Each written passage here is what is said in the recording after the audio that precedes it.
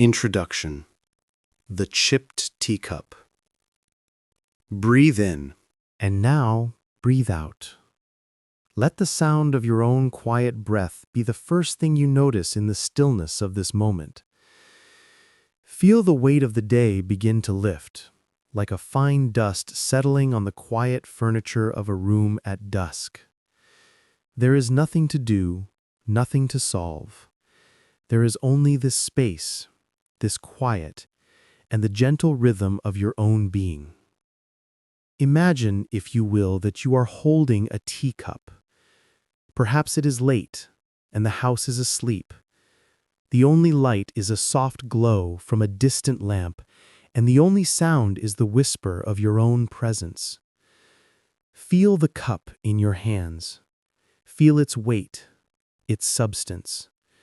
Your palms cradle its warmth, a small, contained sun in the cool of the evening.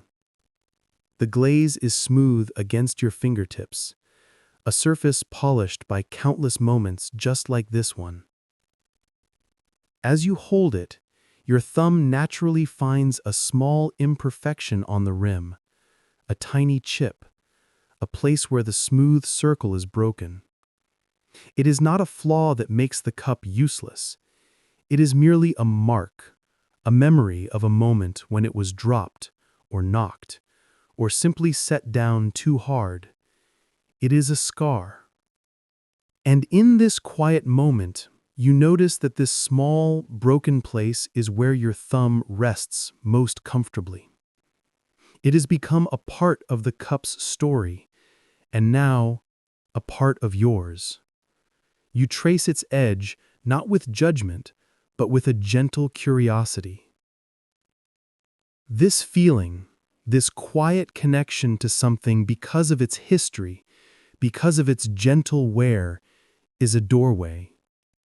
It is an invitation to see the world not for its polished perfection, but for its authentic, lived-in reality. Beauty, in these quiet moments, is not a static quality an object possesses. It is a dynamic event that occurs between you and something else. It is an altered state of consciousness, a brief and extraordinary moment of poetry and grace born not from flawlessness, but from a deep and resonant connection. In this small chip, you can feel the entire story of a life. You can feel the passage of time, the gentle entropy of the universe, and the quiet dignity of carrying on. It is a beauty that does not shout for attention, it whispers. It is a beauty that is imperfect, impermanent, and incomplete. And in that whisper, there is a profound and lasting peace. Let us rest in that feeling for a moment, here in the quiet, before our journey truly begins.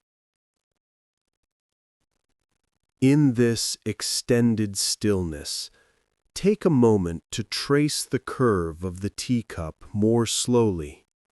Let your thumb linger over the chip until you can feel not just its shape, but its history, the slight roughness where the glaze gave way, the way the rim dips and then resumes its circle. Perhaps the imperfection happened on a joyful night with friends, or during a moment of carelessness. Whatever its origin, it is there now, quietly marking the passing of time. Notice how the small crescent of missing porcelain catches light differently, how it creates a tiny shadow on your skin. The chipped edge suddenly seems like a valley in miniature, a place your thumb returns to as if drawn by gravity. And with each return, you realize that the cup feels more alive because of this irregularity.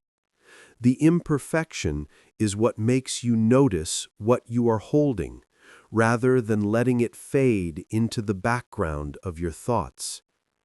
The chip has become a gentle guide, encouraging you to slow down and make room for stories, memories, and breath. Philosophers and psychologists alike have noticed that there is power in this kind of attention. When you allow yourself to see the world as it truly is, cracks, scars, and all, you loosen the grip of perfectionism and invite self-compassion. Modern research shows that people who accept the imperfect and impermanent aspects of life tend to experience less anxiety and more resilience. They are gentler with themselves and others. The Japanese concept of Wabi Sabi captures this disposition. Instead of chasing flawless surfaces and smooth narratives, it teaches us to appreciate the weathered wood, the faded fabric, and the chipped teacup. In a culture that often equates worth with newness and polish, this is a radical act. It asks us to turn our attention toward the humble and the overlooked, and to let their quiet presence remind us that we too are works in progress. In this awareness, flaws are not problems to be fixed, but invitations to connect more deeply with the texture of real life. Consider, too, the way this small imperfection invites a sense of fate. The Stoic philosophers of ancient Greece called it amor fati, literally, love of one's fate, a practice of embracing everything that happens, both the welcome and the unwelcome, as part of our unfolding story. The chip in your teacup might once have been cause for disappointment, but now it is part of why this object feels like yours. If it were perfect, you might not notice it at all. You might not even remember where it came from. By carrying the mark of its own history, the cup has become irreplaceable. In the Japanese craft of Kintsugi, artisans repair broken pottery with lacquer and gold powder, not to hide the fractures, but to honor them. The result is an object more beautiful and valuable for having been broken.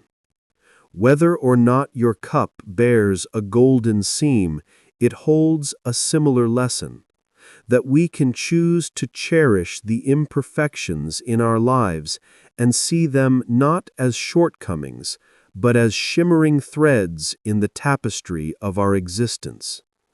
To love our fate in this way is to rest a little easier, trusting that we are made no less worthy by the chips along our own edges. Chapter 1. The Birth of Wabi Sabi. To understand this feeling, this quiet appreciation for the flawed and the fleeting, we must travel back in time, not to a single moment of invention, but to the slow convergence of ancient streams of thought. This way of seeing was not created. It grew organically from the soil of some of the world's oldest wisdom traditions. It is a philosophy born of mountains and rivers, of patient observation and deep spiritual inquiry. Our journey begins in ancient China with the philosophy of Taoism. The Taoists saw the world as a constant flowing process, the Tao, which could not be named or controlled, only harmonized with. They looked to nature as the ultimate teacher, and in it they saw no straight lines, no perfect symmetries. They saw the gnarled branch of a pine tree, the meandering path of a river, the irregular pattern of stones on a shore. For the Taoist sage, wisdom was not found in imposing one's will upon the world, but in yielding to its natural, imperfect, and ever-changing rhythms. This deep reverence for nature traveled across the sea to Japan, where it found fertile ground in the native Shintō tradition. Shintoism taught that the divine, the kami, resided in all things, not just in grand temples, but in a waterfall, an ancient tree, or a curiously shaped rock. This belief fostered a profound intimacy with the natural world, a sense that the sacred was not separate from everyday life, but woven directly into its fabric. The world was alive, and every detail, however humble, was worthy of respect. But the final, crucial element that gave birth to what we now call Wabi Sabi was Zen Buddhism. When Zen arrived in Japan, it brought with it a powerful discipline of the mind. As the great scholar D.T. Suzuki explained, Zen is a practice of direct experience, of seeing into the nature of one's own being without the filter of complex doctrines or intellectual analysis. At its heart is the pursuit of satori, a moment of sudden, intuitive awakening to the true nature of reality. Zen teaches the art of stripping away the non-essential, of finding truth in simplicity. It asks us to look closely at the world and to accept its fundamental truths, the most central of which is mujo, or impermanence. Everything, Zen reminds us, is in a state of constant flux. Nothing lasts. This is not a cause for despair, but a call to awaken to the preciousness of the present moment. These three streams, Taoist naturalism, Shintō animism, and Zen mindfulness, flowed together and began to carve a new channel in Japanese culture. And the place where this new current was first visible was in the quiet, contemplative space of the tea ceremony, the Chanoyu. Originally, the Japanese tea ceremony was heavily influenced by Chinese aesthetics. It was often a lavish affair, a display of wealth and status, using expensive, perfectly crafted, and ornate utensils imported from China. It was a celebration of a kind of beauty that was flawless, symmetrical, and impressive. But in the 15th and 16th centuries, a new generation of tea masters began to question this ideal. Men like Murata Shuko and Takino-jo started to turn away from the opulent Chinese style, seeking something quieter, more humble, and more deeply Japanese. They began to favor simple, rustic, and locally made utensils. They chose tea bowls that were not perfectly symmetrical, whose glazes were uneven, whose forms felt as if they had been shaped by the earth itself. This was more than a change in taste. It was a quiet rebellion. It was a conscious turning away from a dominant, imported ideal of perfection and a turning toward a more authentic, intimate, and spiritual form of beauty.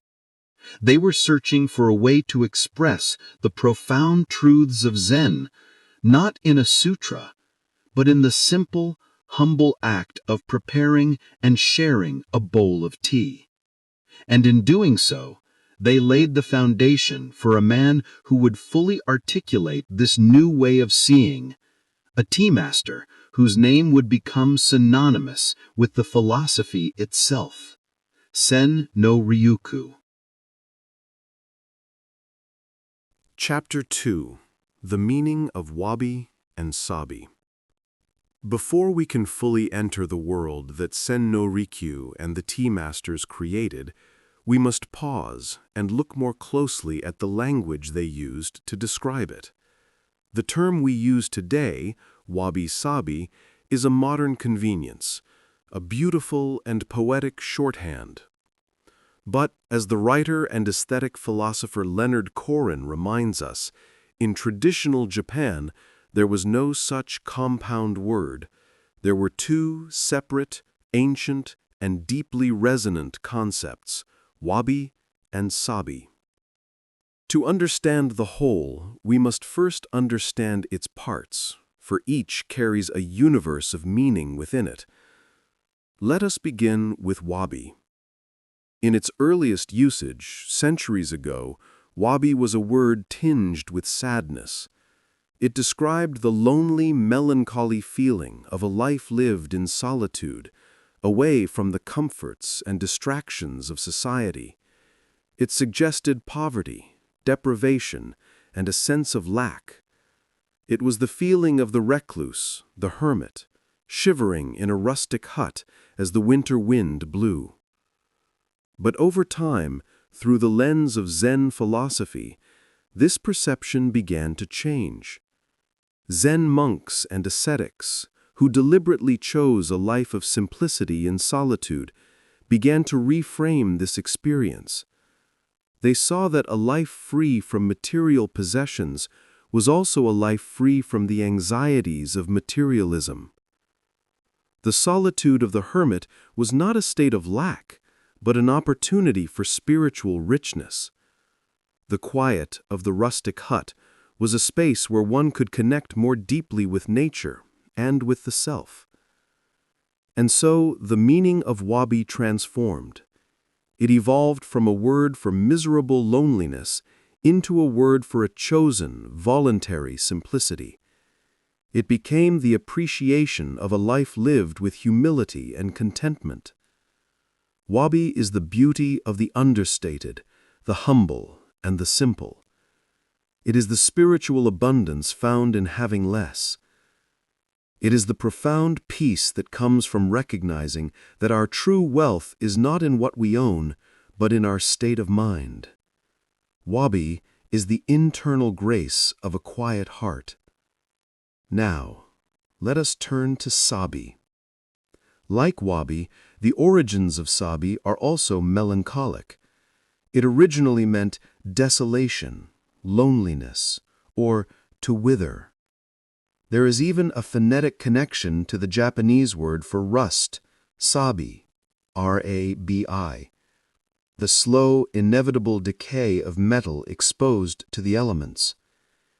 It was a word that spoke of the passage of time and the decline that comes with it. But here, too, a transformation occurred. Poets and artists began to look at the effects of time not as a process of degradation, but as one of enrichment. They saw that an old, weathered piece of wood possessed a character and depth that a new, polished piece lacked. They saw that the patina on a bronze vessel was a testament to its long and useful life. They began to find a particular, poignant beauty in things that showed their age, that carried the marks of their history upon them. Sabi became the celebration of the beauty that only time can create. It is the bloom of age, the elegant patina on a surface, the visible repair that tells a story. It is the recognition that the life of an object is written in its imperfections, its fading, its wear.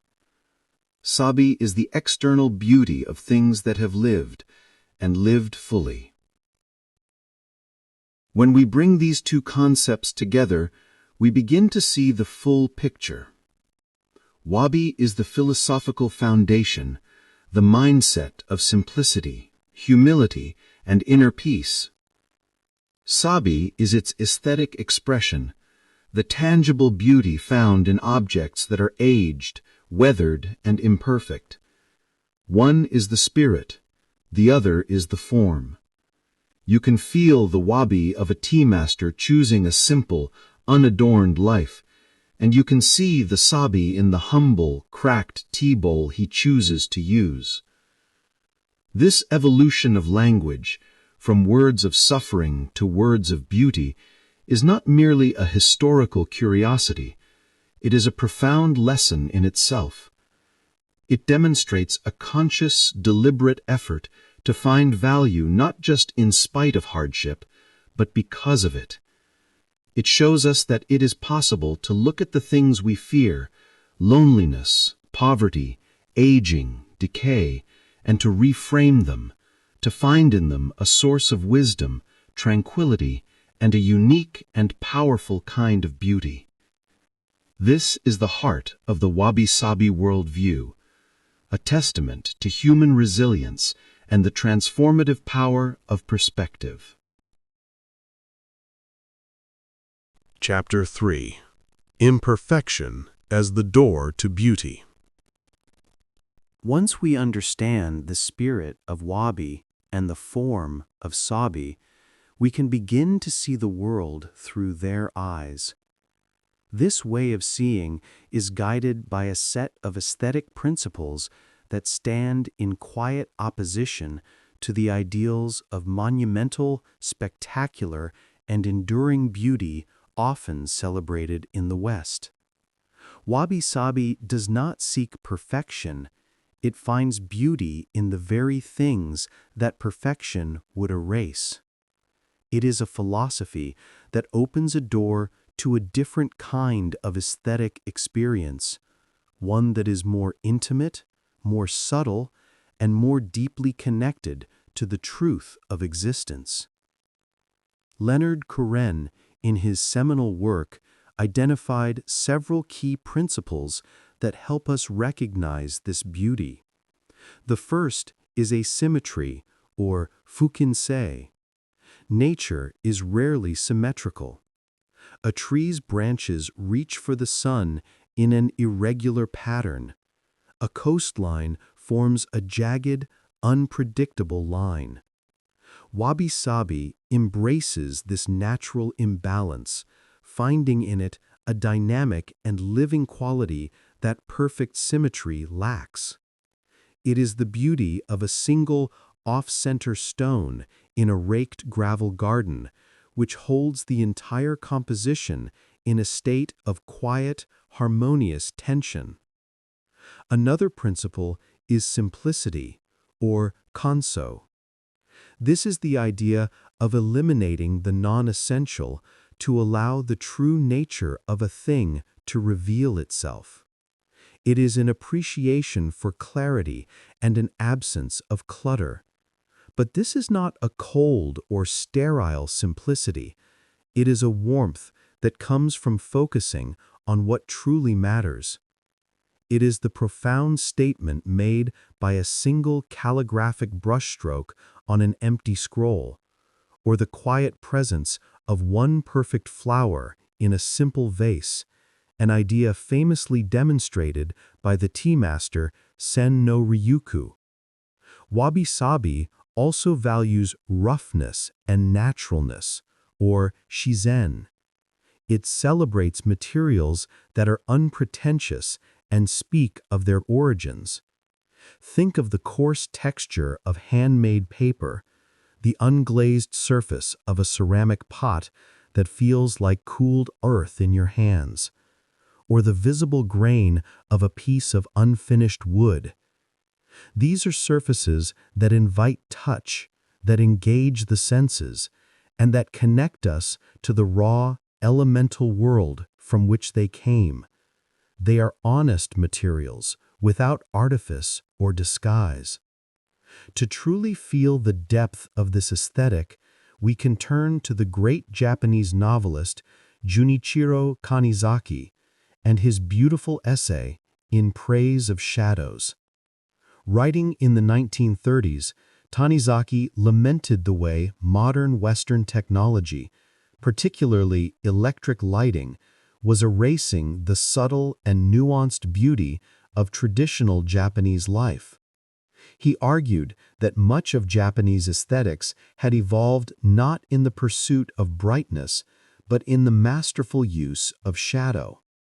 Tanizaki invites us to imagine a traditional Japanese room, with its deep eaves and paper shoji screens that soften the harsh glare of the sun into a gentle, diffused glow. In such a room, beauty is found not in what is brightly illuminated, but in the gradations of darkness. He writes of the heavy darkness that hangs beneath the eaves and the immutable tranquility that holds sway in the shadows behind a vase or under a shelf. For Tanizaki, these shadows were not empty. They were alive with mystery, depth, and a profound sense of peace. He describes the magic of lacquerware seen not under a harsh electric bulb, which can make it look garish, but in the flickering dimness of candlelight. In that soft light, the gold embellishments do not glitter aggressively. They emit a deep, mellow gleam, as if capturing the moonlight. He contrasts the Western love for polished, shiny silver, which reflects light, with the Japanese appreciation for the cloudy patina that develops on tin or silver over time, a surface that absorbs light and seems to glow from within. This praise of shadows reveals a fundamental difference in how beauty is perceived. The Western tradition, from the philosophy of Plato to the Age of Enlightenment, has often used light as a metaphor for truth, knowledge, and beauty. Clarity and illumination are seen as the ultimate goals. Anything left in shadow is considered unknown, unenlightened, or imperfect. Tanizaki and the Wabi Sabi aesthetic suggest a different way of knowing.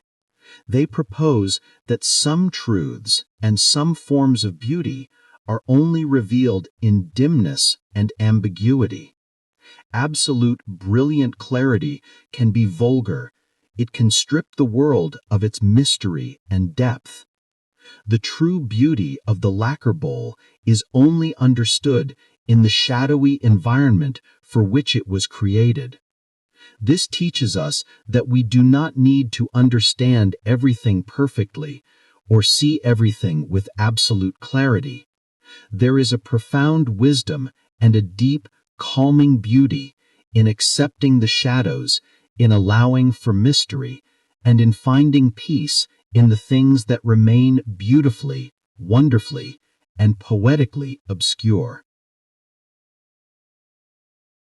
Chapter 4. Kintsugi and the Golden Repair. There is an art form in Japan that so perfectly embodies the philosophy of Wabi Sabi that it serves as its most powerful and moving metaphor. It is an art of mending, an art of healing, an art of transformation. It is called Kintsugi, which translates as to join with gold. It is the practice of repairing broken pottery, not by hiding the cracks, but by illuminating them, turning the scars of its past into its most beautiful feature. The story of its origin, though perhaps legendary, captures its spirit perfectly. It is said that in the late 15th century, the shogun Ashikaga Yoshimasa, a great patron of the arts, broke one of his favorite ceramic tea bowls, a precious piece from China. He sent it back to China to be repaired, but it was returned to him held together with crude and ugly metal staples. Disappointed, the shogun charged his own Japanese craftsmen with finding a more elegant and beautiful way to mend his treasured bowl. What they developed was a technique of profound artistry and philosophy. The process of kintsugi is slow and meditative. The broken pieces are carefully collected. A special lacquer, called urushi, is painstakingly mixed with a fine powder of gold, silver, or platinum. This precious adhesive is then used to join the fragments back together. The craftsman does not try to make the lines of breakage invisible. Instead, he carefully traces them, filling each crack with a shimmering vein of gold. The result is an object reborn. The bowl is not just repaired, it is transformed. The web of golden lines that now runs across its surface tells the story of its breaking and its restoration.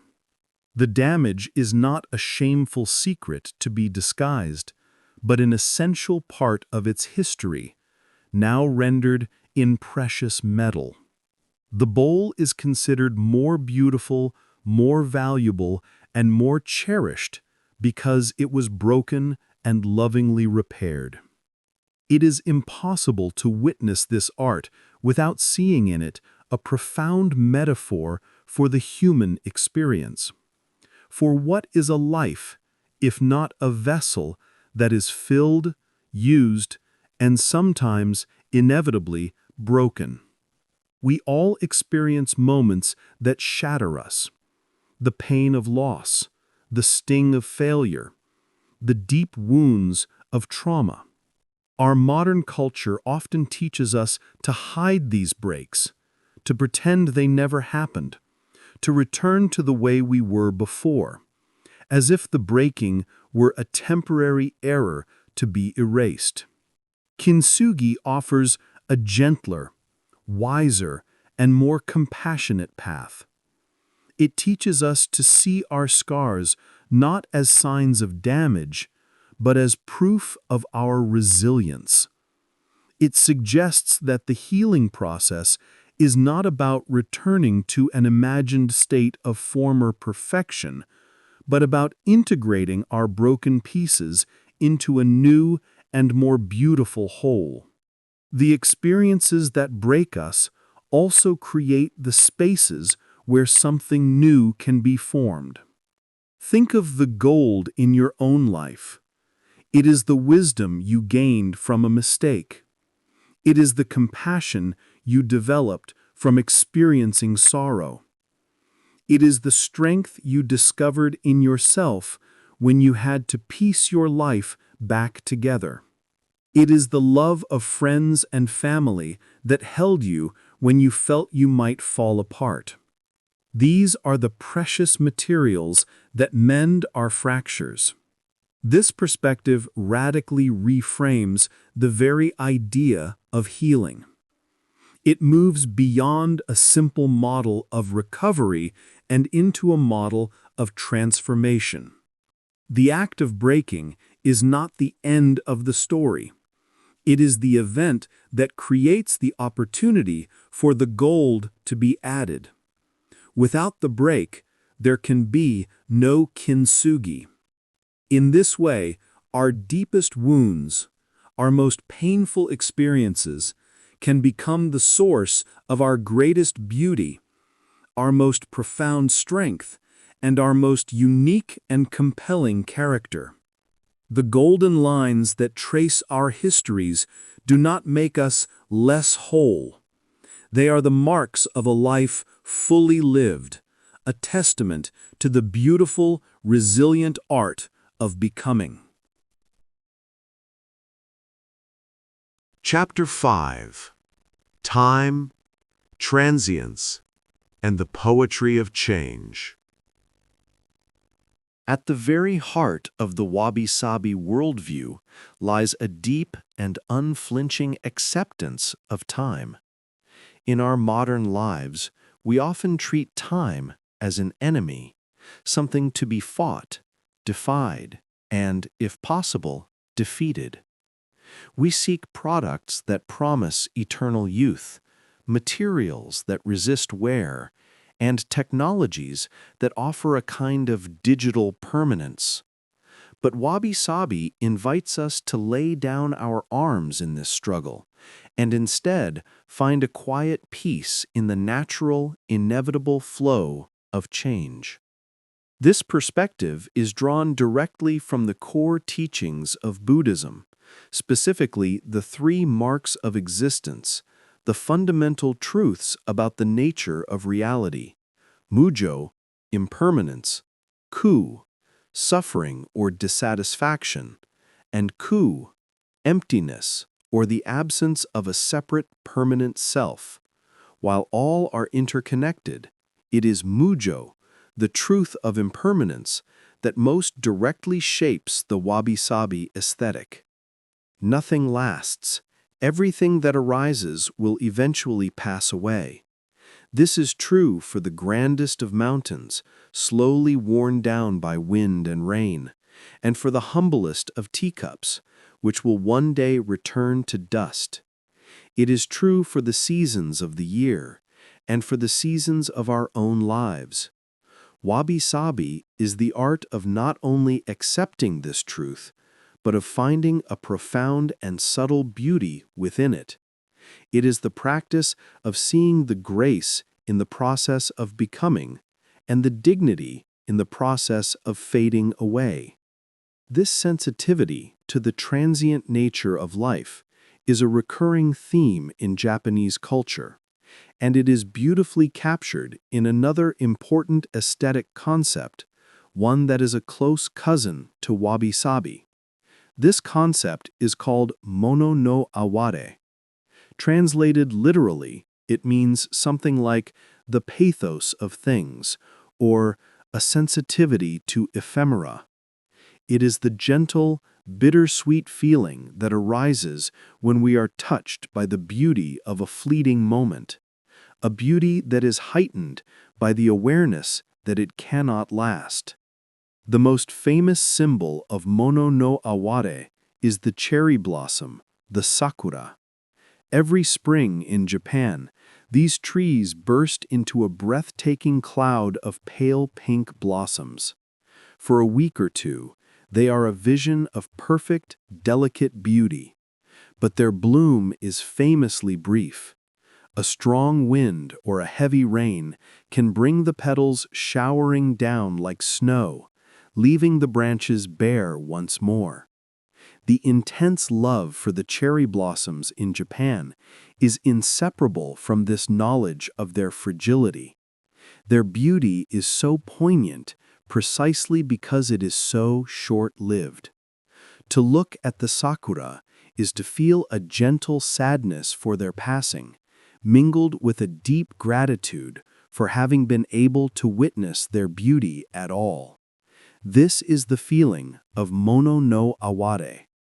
So how does this relate to Wabi Sabi? If mono no aware is the poignant, often passive feeling one has when observing impermanence, Wabi Sabi is the active, aesthetic philosophy of choosing to value the things that embody this impermanence. Wabi Sabi finds its beauty not necessarily at the peak of the bloom, but in the moments just before and just after. As Leonard Cohen writes, Wabi Sabi is found not in nature at moments of bloom and lushness, but in moments of inception or subsiding. It is the beauty of a tightly closed bud, full of potential and the promise of what is to come. And it is the beauty of a single fallen petal on the mossy ground, a quiet reminder of what has been.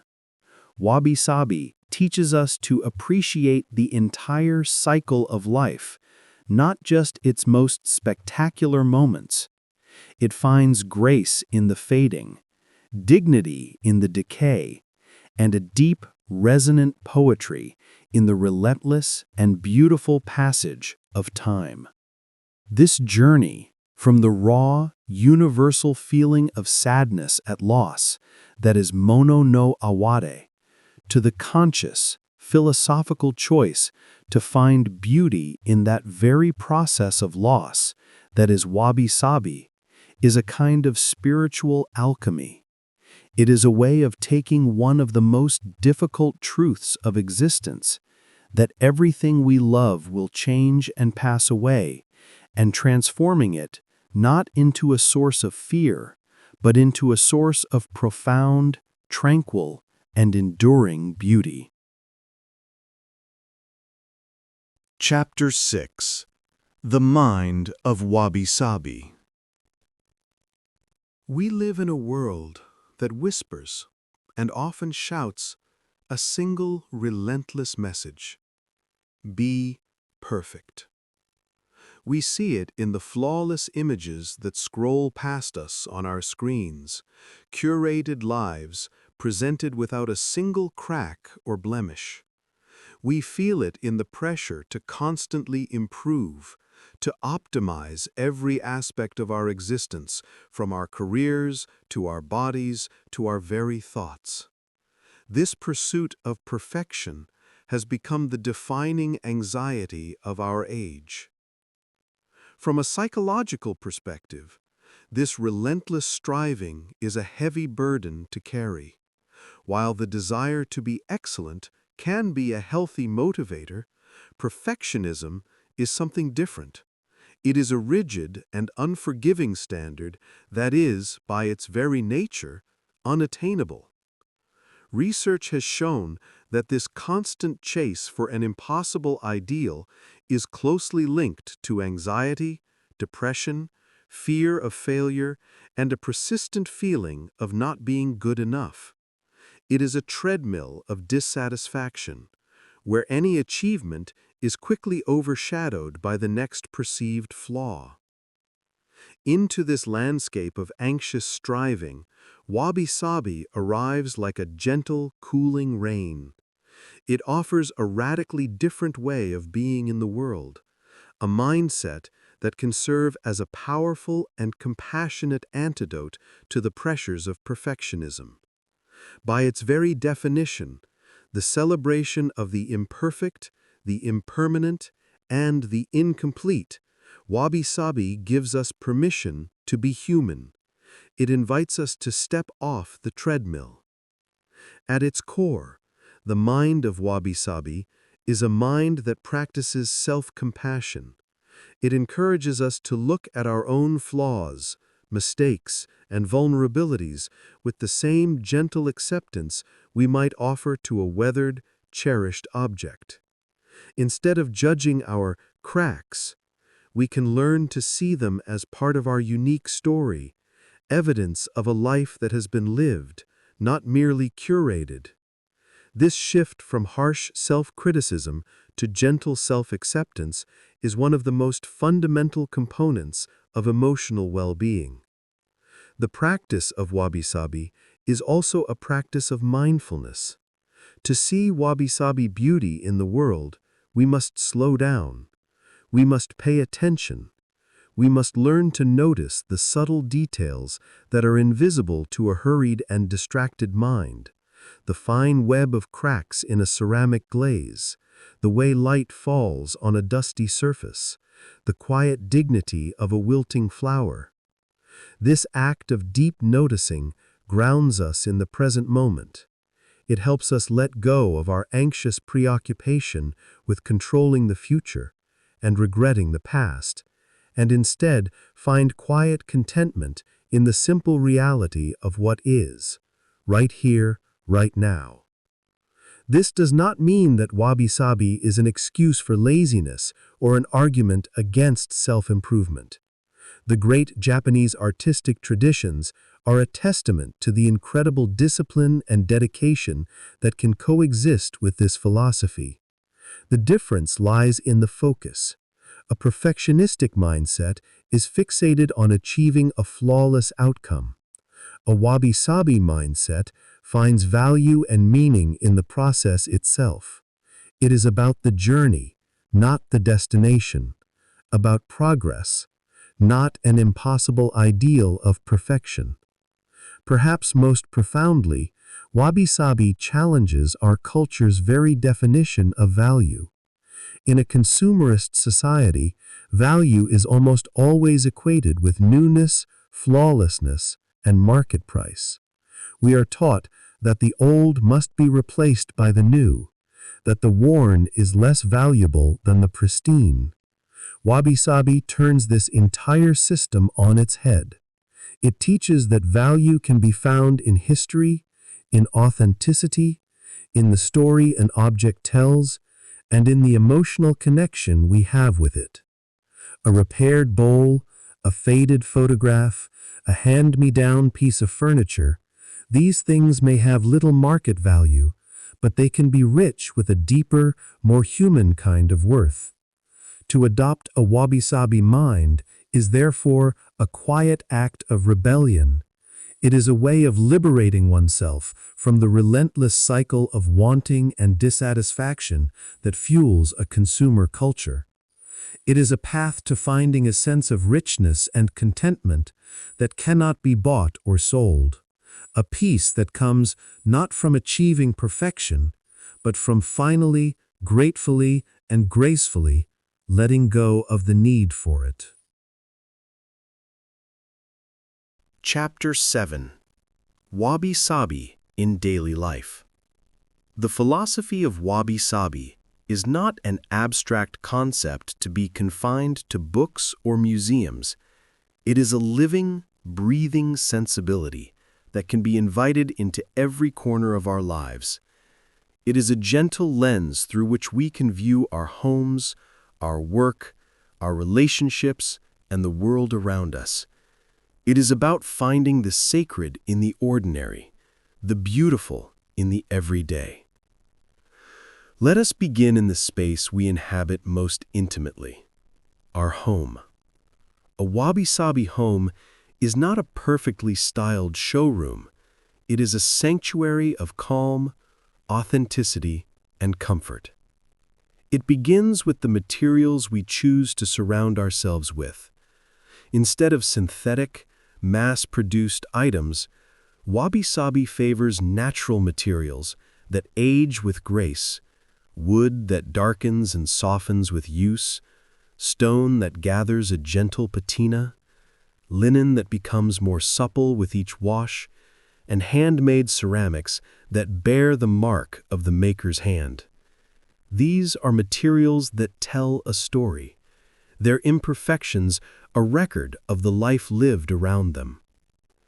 The color palette of a wabi-sabi home is drawn from nature, the muted tones of earth, stone, and bark, the soft grays of a misty morning, and the warm whites of clouds and seashells. It is a calming and grounding palette that creates a serene atmosphere. Within this space, there is an emphasis on simplicity, not a stark emptiness, but a thoughtful decluttering that allows the objects that truly matter to have room to breathe. It is about choosing a few meaningful things over a multitude of meaningless ones. This philosophy can extend to our creative lives as well.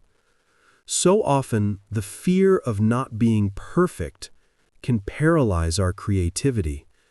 We hesitate to begin a painting, write a story, or learn a new skill because we fear the result will be flawed. Wabi Sabi encourages us to embrace the process itself, to find joy in the act of creation without being fixated on a flawless product. It celebrates the visible brushstroke, the slight wobble in a hand-drawn line, the raw honesty of a first draft. It reminds us that our unique, imperfect human touch is precisely what gives our creations life and soul. Even our relationships can be viewed through this gentle lens. We can practice Wabi Sabi by offering ourselves and others the grace of imperfection. It is about accepting the quirks, vulnerabilities, and messy realities of being human. It is about understanding that a deep and lasting connection is not built on an ideal of perfection, but on the shared history of navigating life's beautiful and broken moments together. Of course, the most direct way to connect with this feeling is to turn to its source, the natural world. Take a walk in a forest or along a beach. Look for the wabi-sabi details, a moss-covered stone, a fallen leaf in its beautiful state of decay, the weathered texture of driftwood smoothed by the sea. Nature is the ultimate teacher of Wabi Sabi, for it is a world of constant, beautiful, and imperfect change. There is a famous story from the life of the great tea master Zen-no Rikyu that perfectly illustrates this principle of finding profound beauty in curated simplicity. Rikyu had a garden that was famous for its magnificent morning glories. The great warlord Toyotomi Hideyoshi, known for his love of opulence and grandeur, heard of these flowers and announced that he would come to see them. When Hideyoshi and his entourage arrived at Rikyu's home, they were shocked and offended. The garden, which they had expected to be a riot of color, was bare.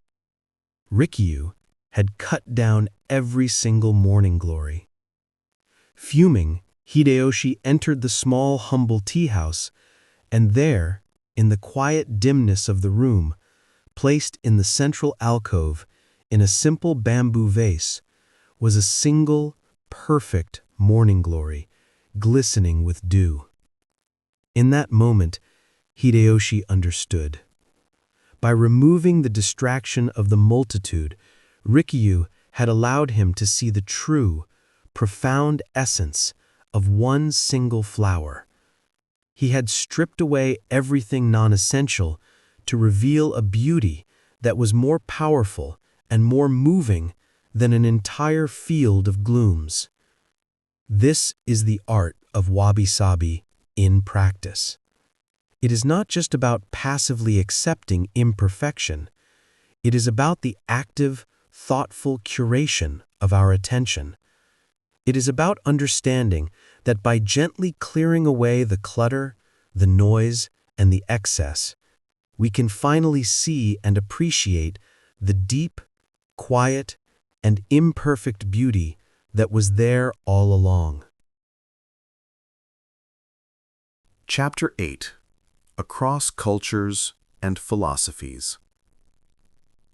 While the language and aesthetics of Wabi Sabi are uniquely Japanese, the wisdom at its heart is universal.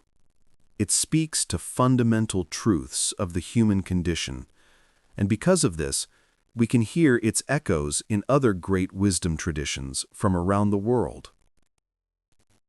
Recognizing these parallels helps us see that Wabi Sabi is not an exotic or foreign concept, but a beautiful articulation of a wisdom that belongs to all of humanity. Consider the ancient philosophy of Stoicism, born in the marketplaces of Greece and refined in the halls of Rome. At first glance, it might seem worlds away from the quiet tea houses of Japan. Yet, at their core, both philosophies are built upon a foundation of acceptance. The Stoics taught the importance of distinguishing between what we can control and what we cannot, and finding peace by accepting the latter. This includes the great inevitables of life: change, aging, and decay. The Roman emperor and Stoic philosopher Marcus Aurelius wrote in his Meditations of finding a strange beauty in the incidentals of nature's processes. He noted the way a loaf of bread cracks as it bakes, or the way a fig, at its ripest, will split open. These things, he observed, are flaws. Not intended in the making, but they have a rightness of their own and possess a peculiar beauty. This is a purely Stoic expression of the Wabi Sabi spirit, finding beauty and rightness in the imperfect and the transient. Both traditions teach that wisdom lies not in fighting reality, but in learning to see the grace within it. They both value progress over an unattainable ideal of perfection. We can also trace the lineage of Wabi Sabi back to its philosophical ancestor, Taoism. The Taoist concept of Wu Wei is often translated as effortless action, but it is more accurately understood as acting in harmony with the natural flow of the universe. The Wabi Sabi artist or craftsman embodies Wu Wei. They do not seek to dominate their materials or to force the clay or wood into a preconceived, perfect form. Instead, they listen to the material, allowing its natural qualities, its grain, its texture, its inherent imperfections to guide their hand. The creator is not a master, but a conduit, a partner with nature in the act of creation.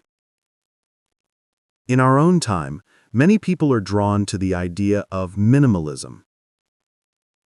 And it is easy to see the overlap with Wabi Sabi. Both philosophies advocate for simplicity, for decluttering our lives and focusing on what is essential.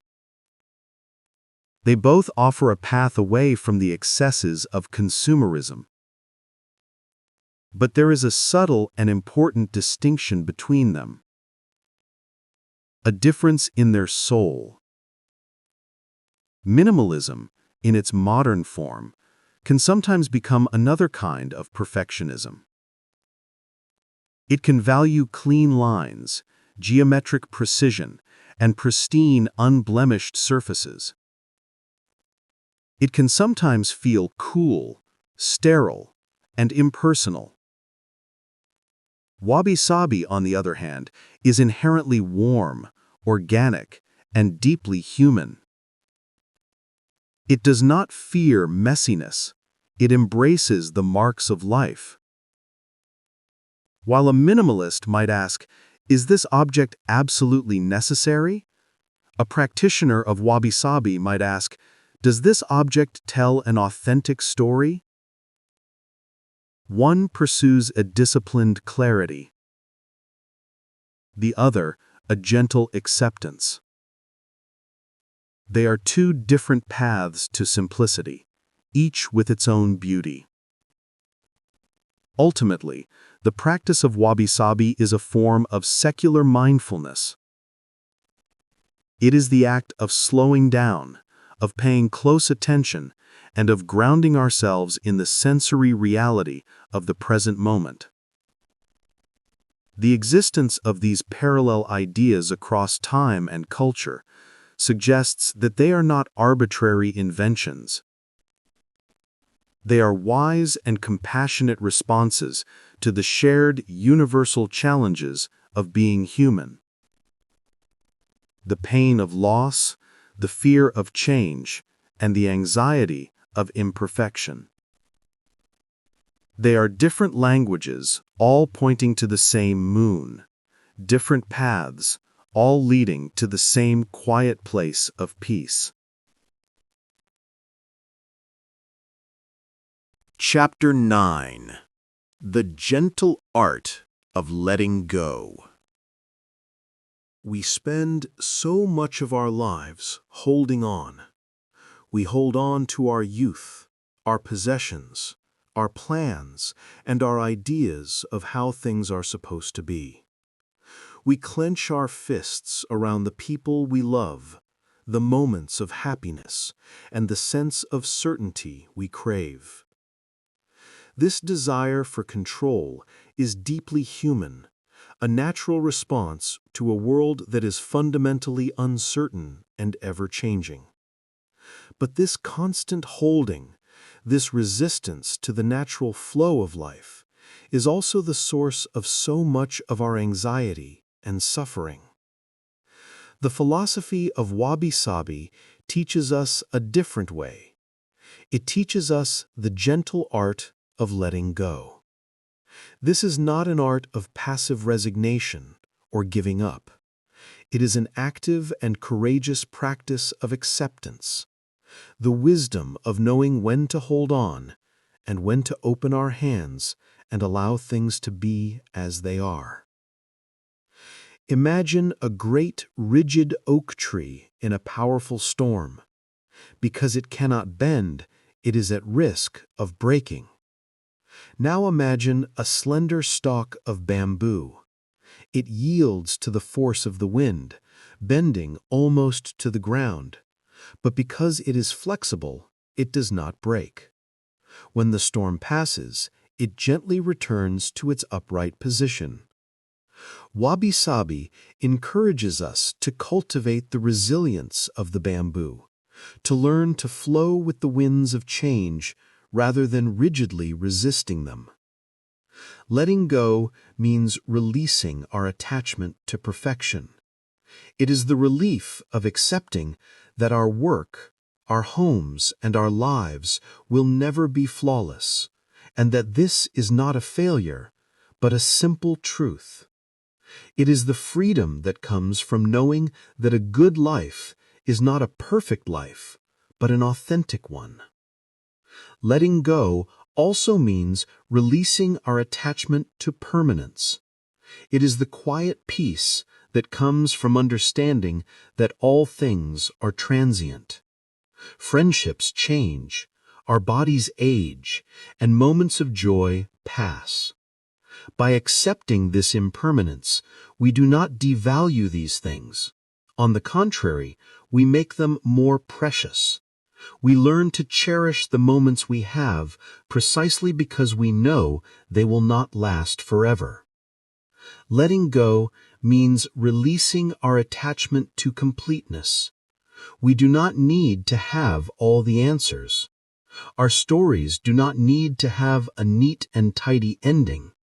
It is in the unfinished projects, the unanswered questions, and the open-ended chapters of our lives that growth and possibility reside. This act of release creates a space within us, and into that space, a new feeling can arise: gratitude. When we are no longer striving for a perfect, permanent, and complete world, we can begin to appreciate the world we actually have. We can feel a deep gratitude for the small, simple, and beautifully imperfect moments that make up our days: the warmth of a cup of tea, the kindness of a stranger, the beauty of a single, flawed, and fading leaf. This is the strength that lies at the heart of Wabi Sabi. It is often the things we perceive as gentle or soft that possess the greatest resilience. The act of letting go is not a weakness. It is a profound act of wisdom, a compassionate turning toward reality, and a courageous choice to find peace not in controlling the world, but in gracefully accepting our place within its beautiful, ever-changing flow. We can find peace when we accept that which is imperfect, impermanent, and incomplete. Transition. The foundations beneath stillness. Up to this point, we've traced Wabi Sabi from its earliest whispers to its quiet presence in our own lives. We began with a chipped teacup, an ordinary vessel that opened a doorway to an extraordinary way of seeing. We traveled back to the origins of this vision, the flow of Taoism, the reverence of Shintō, and the stillness of Zen. We learned that Wabi is the spirit of humility and inner peace, while Sabi is the beauty of time's gentle touch. We moved through the shadows with Tanizaki, discovering that darkness can reveal what brilliance conceals. We watched the golden veins of Kintsugi teach us that healing and beauty can coexist within the same fracture. We stood beneath falling cherry blossoms and felt mono no aware, the tender ache of impermanence, and saw how this awareness transforms sadness into appreciation. we turned our gaze inward, exploring the mind of Wabi Sabi as an antidote to perfectionism and anxiety, learning that peace grows not from control, but from compassion. We then brought these lessons into our homes and our habits, seeing how simplicity, gratitude, and honest materials can turn the everyday into the sacred. We saw echoes of this wisdom in other philosophies: Stoicism, Taoism, Minimalism, each reminding us that truth is not bound by culture, but shared by humanity. And finally, in the gentle art of letting go, we learned that strength lies not in holding tighter, but in opening our hands to change. These 9 chapters have built the foundation, the inner landscape of Wabi Sabi. You now understand its roots, its language, its spirit, and its practice within yourself. From here, our journey moves outward. The chapters that follow will explore how Wabi Sabi breathes through the world around us, in nature and gardens, in creativity and architecture, in technology, sustainability, and daily living. If this is where you choose to pause, you have already reached the heart of the philosophy. You have learned to see beauty in imperfection, to rest in impermanence, and to carry simplicity within. But if you wish to continue, the next part of this journey will reveal how these same ideas unfold in everything that surrounds you, in the natural world, in art, in design, and in the rhythm of modern life. Wherever you stop, remember, the foundation has been laid. The rest is application, the world as your tea room, and time itself as the ceremony. Chapter 10: Wabi Sabi and the Natural World. To experience Wabi Sabi fully, one need only step into a garden. Japanese gardens, whether expansive temple grounds or tiny courtyards, are exercises in orchestrated imperfection. Rocks are placed not in symmetrical arrangements, but in natural clusters. Moss is allowed to creep over stones and lanterns. Ponds are irregularly shaped, reflecting clouds and drifting leaves. The famed dry landscape gardens at Ryoanji, for example, feature raked gravel punctuated by groups of rocks whose positions cannot be taken in all at once. This encourages the viewer to move and explore rather than to stand in front of a single, fixed perspective. Tea gardens, with their stepping stones and bamboo gates, create a sense of quiet progression through varied textures and vistas. Each element appears accidental, yet together they create a harmonious experience that honors nature's own asymmetrical patterns. The concept of ma, or negative space, plays a vital role in these landscapes. Ma refers to the emptiness between things, the intervals that give form its resonance. In a garden, ma might be a patch of bare earth between stones, a gap between branches, or the pause between 2 bird calls. In architecture, it is the space between columns or the plain paper surrounding a calligraphy character. Ma creates breathing room and invites the mind to rest. Without it, a composition feels crowded and chaotic. Wabi Sabi design uses Ma intentionally, allowing light and shadow to play across surfaces and leaving areas unfilled. This mirrors the Taoist idea that emptiness is what makes a vessel useful, and that the value of a room lies in the space that can be occupied. Seasonal change also reveals the essence of Wabi Sabi. The Japanese have long celebrated the subtle transformations of the natural world. In spring, plum and cherry blossoms herald the end of winter. In summer, fireflies flicker over rice paddies. In autumn, maples turn fiery red. In winter, snow dusts bamboo leaves. Each season carries its own sound, scent, and mood. The concept of micro-seasons divides the year into dozens of short intervals, such as frogs start singing or dew glistens on grass. These delicate shifts heighten our awareness of time's passage and invite gratitude for fleeting phenomena. They remind us that beauty is not static but dynamic, woven into the ever-shifting tapestry of earth and sky.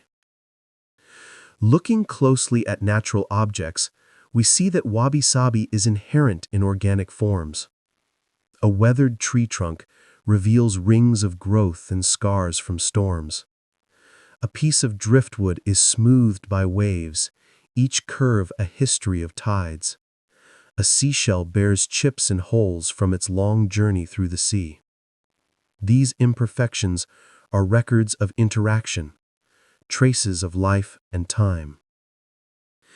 The Japanese craft of sabimono, literally rusted things, celebrates this aesthetic.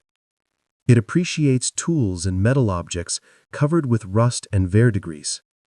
The rust is not scrubbed away, but cleaned and sealed, preserving its color and texture. In collecting such objects, one develops an eye for subtle nuance. The soft green of oxidized copper, the powdery orange of iron, the blackened sheen of old steel. Animals, too, embody Wabi Sabi. A cat missing part of its ear, a dog with a gray muzzle, a horse with a scar. Each carries its own visible history. Observing animals, we realize that beauty in nature rarely conforms to our standards. The asymmetry of a butterfly's wings makes no difference to its flight. The scars on a bear's muzzle testify to its survival. When we open ourselves to these varied forms, we free our perception from rigid aesthetic norms. We begin to see that life is a continuous improvisation, full of surprises and adaptations. Even landscapes marked by human industry can exhibit Wabi Sabi.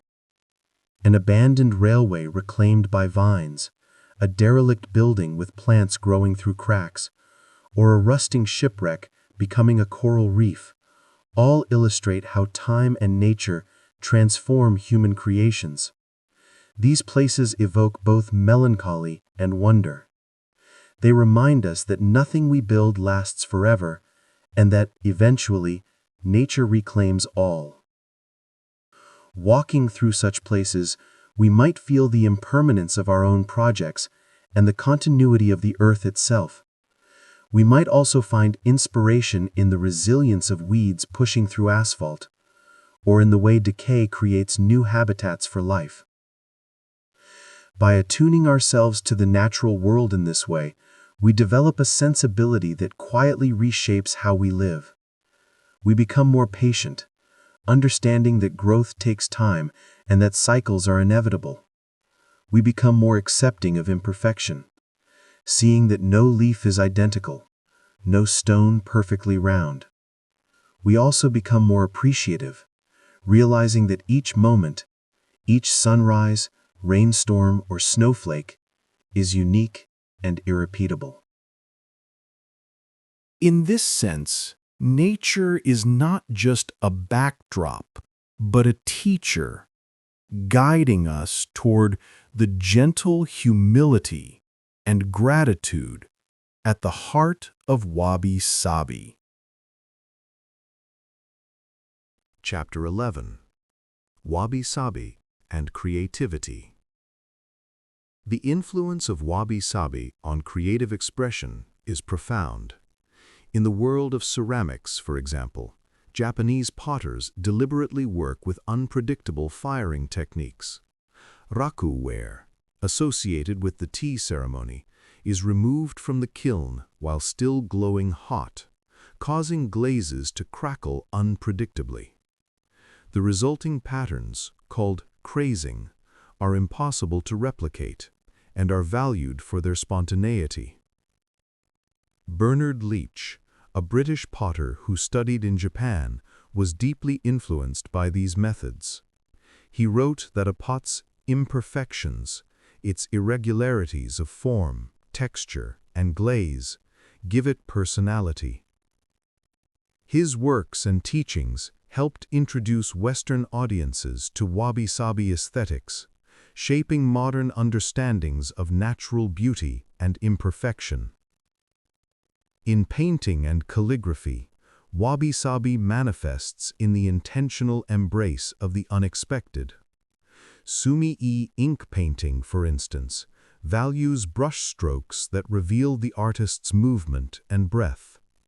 The ink's density varies, leaving the paper's texture visible in lighter areas. Empty space is as important as painted forms.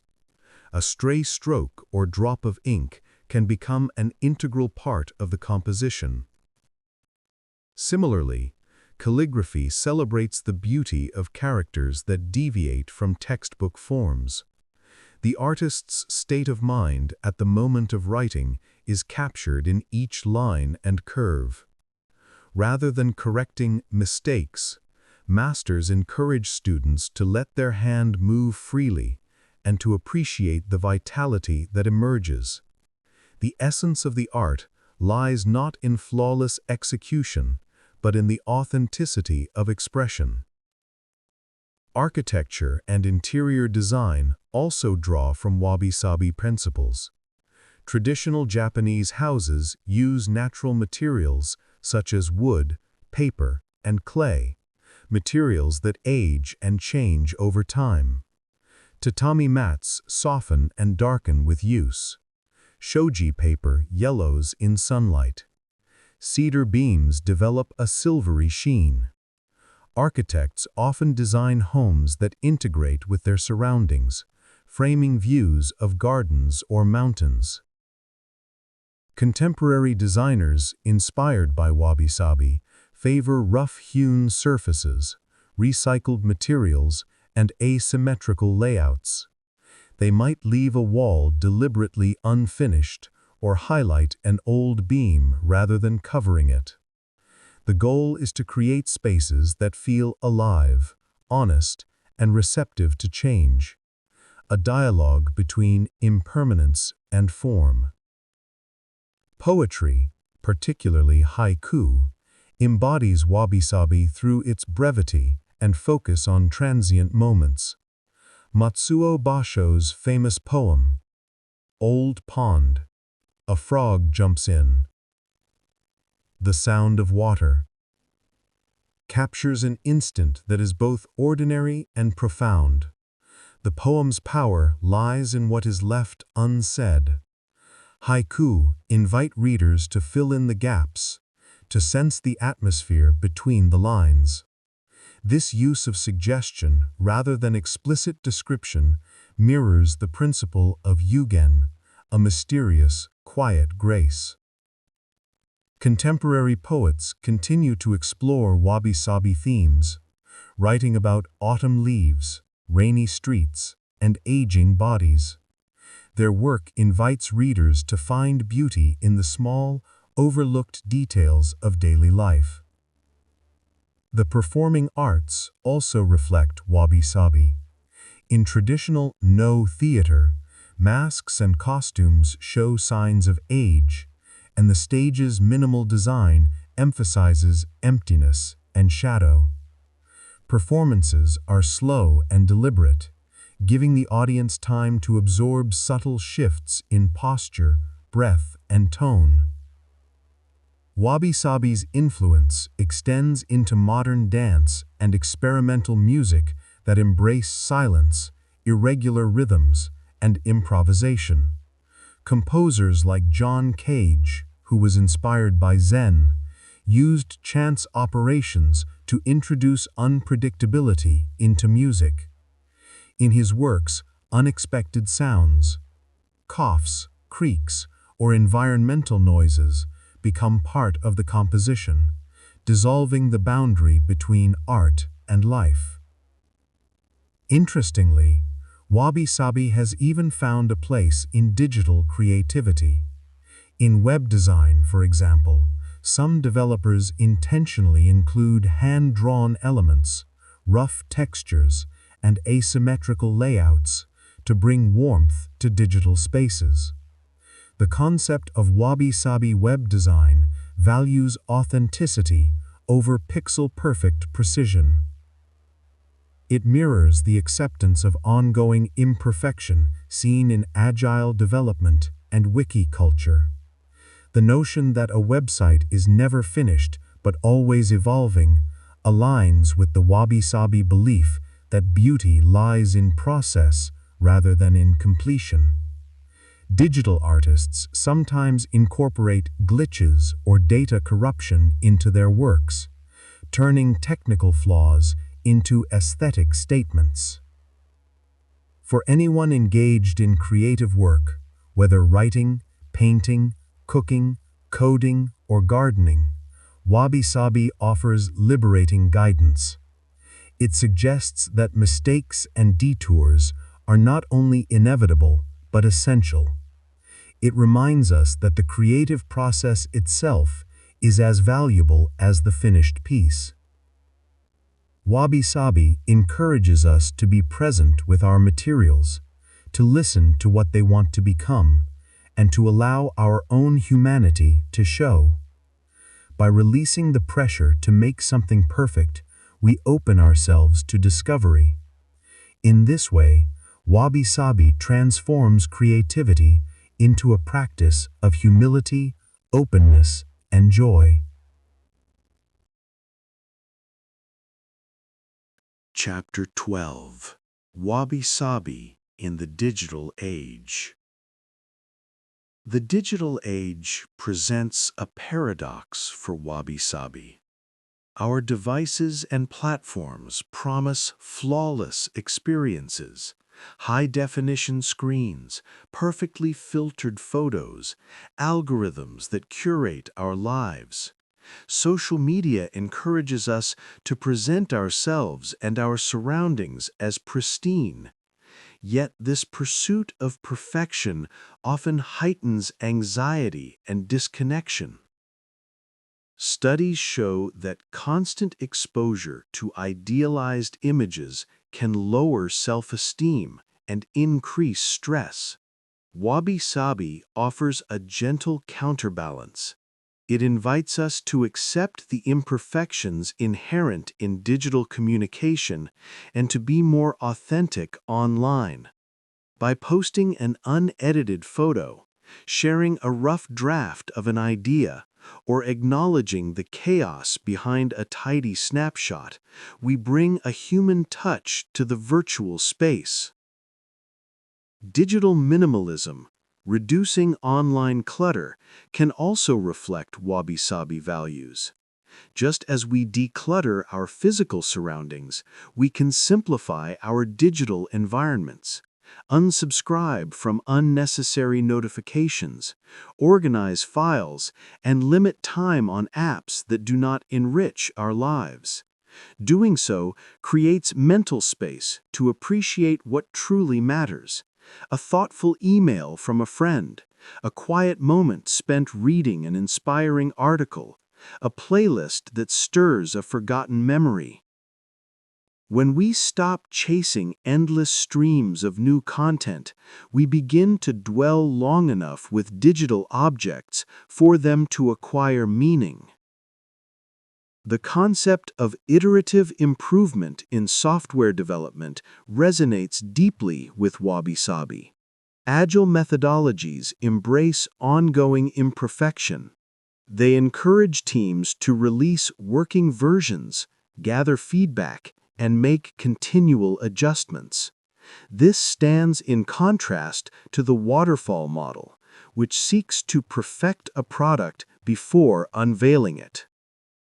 Accepting bugs and updates as natural parts of a system's life mirrors the acceptance of cracks and wear in physical objects.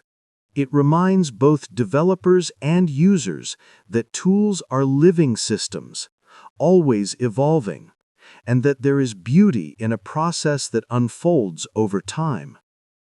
User interface design influenced by Wabi Sabi might incorporate organic shapes, textures, and asymmetry to create warmth in digital spaces.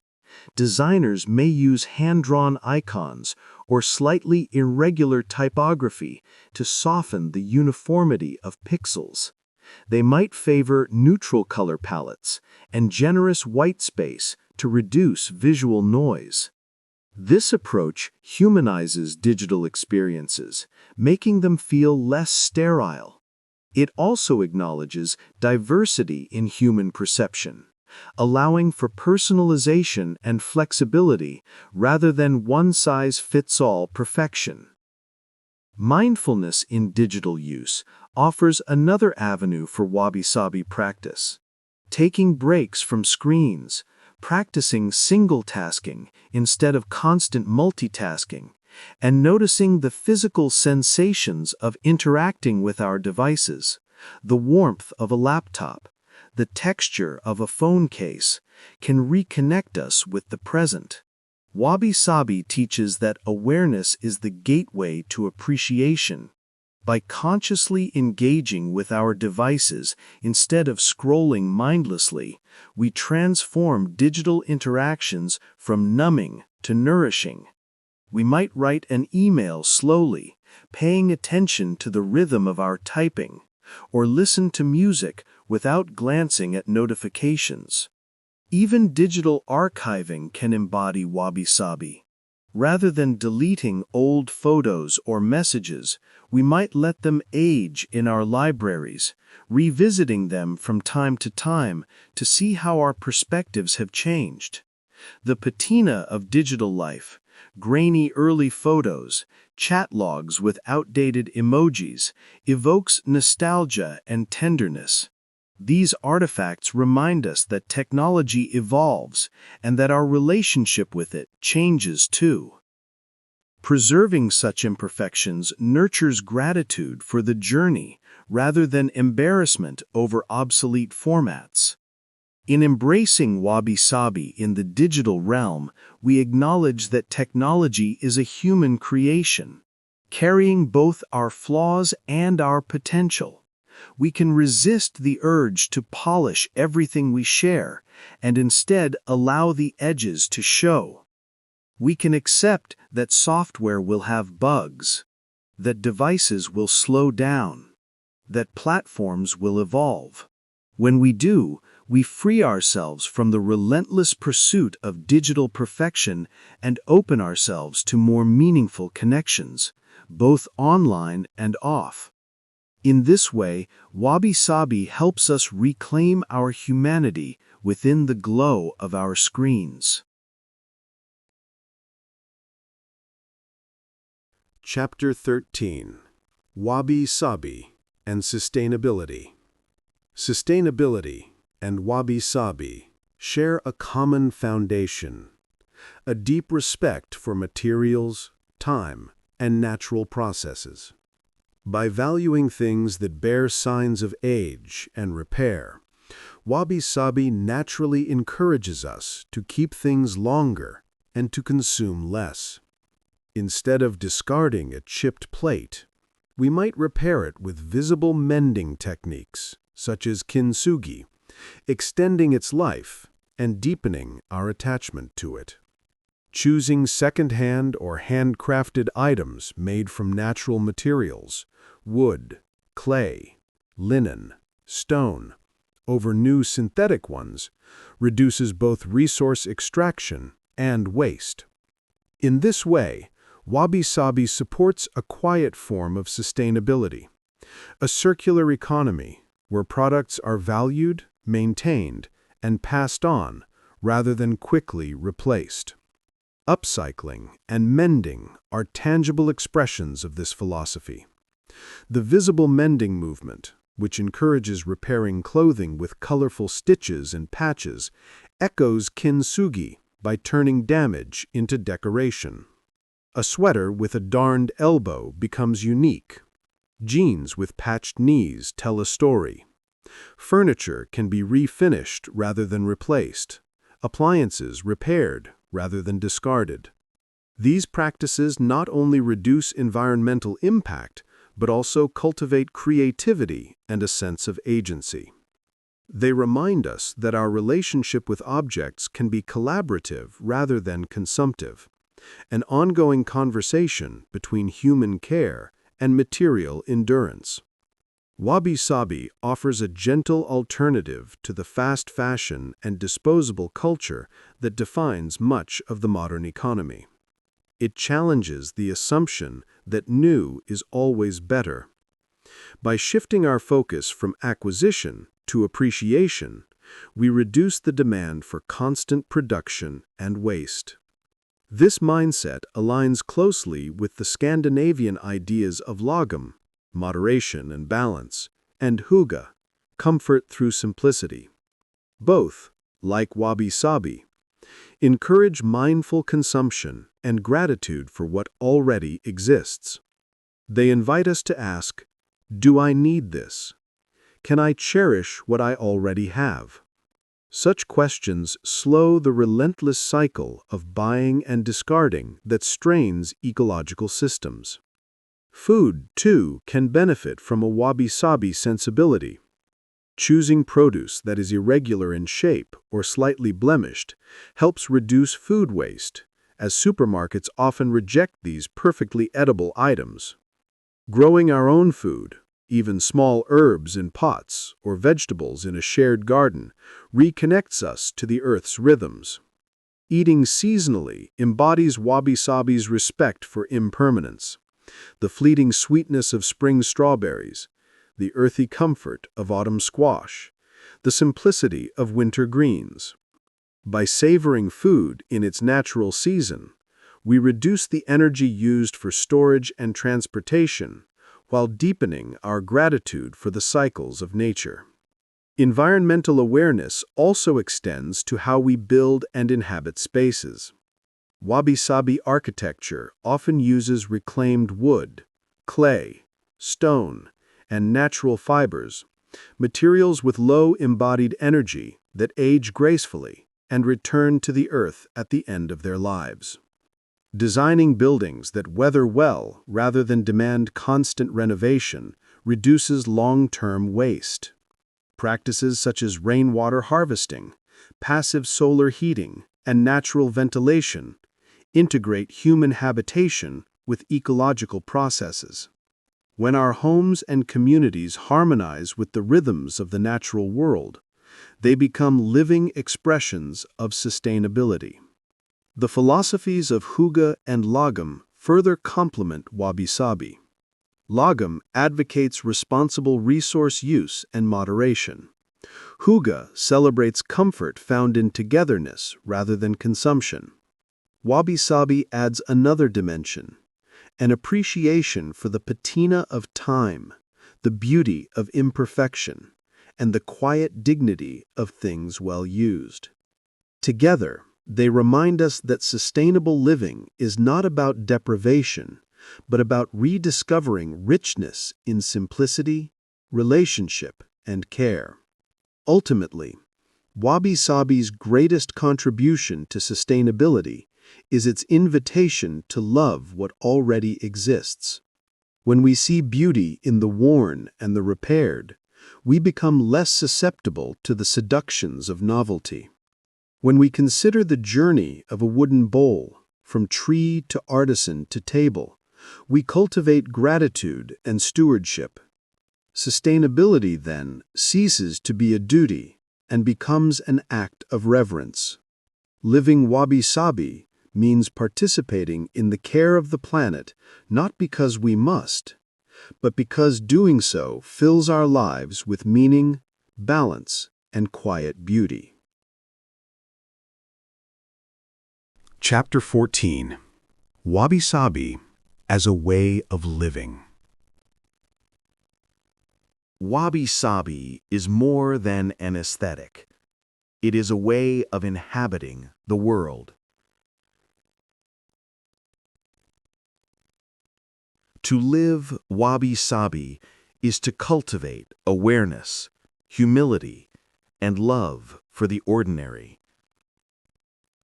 It begins with noticing the texture of bread crust, the shadow of a plant on the wall, the softness of a worn shirt.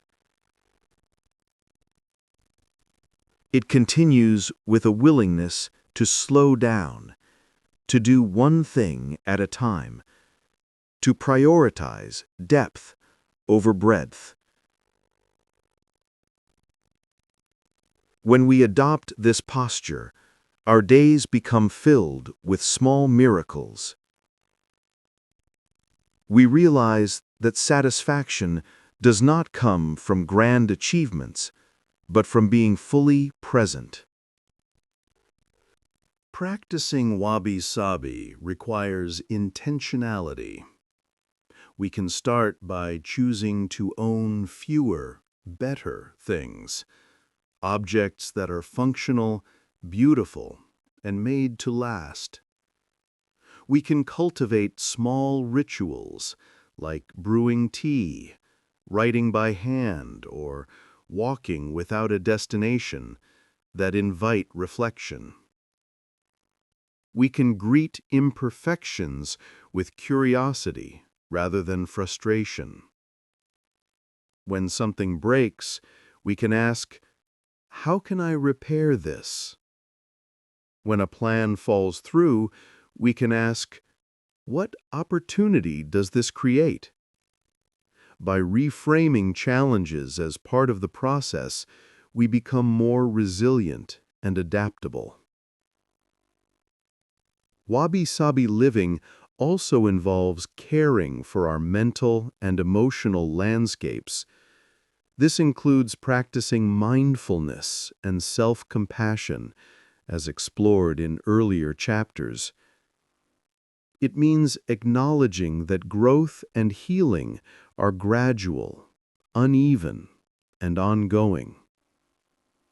It encourages us to seek support when needed and to offer support when we can.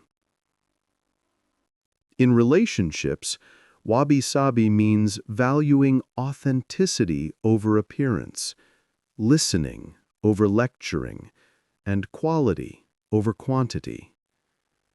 When we show up with our cracks visible, we give others permission to do the same. Communities built on such openness are more supportive and less competitive.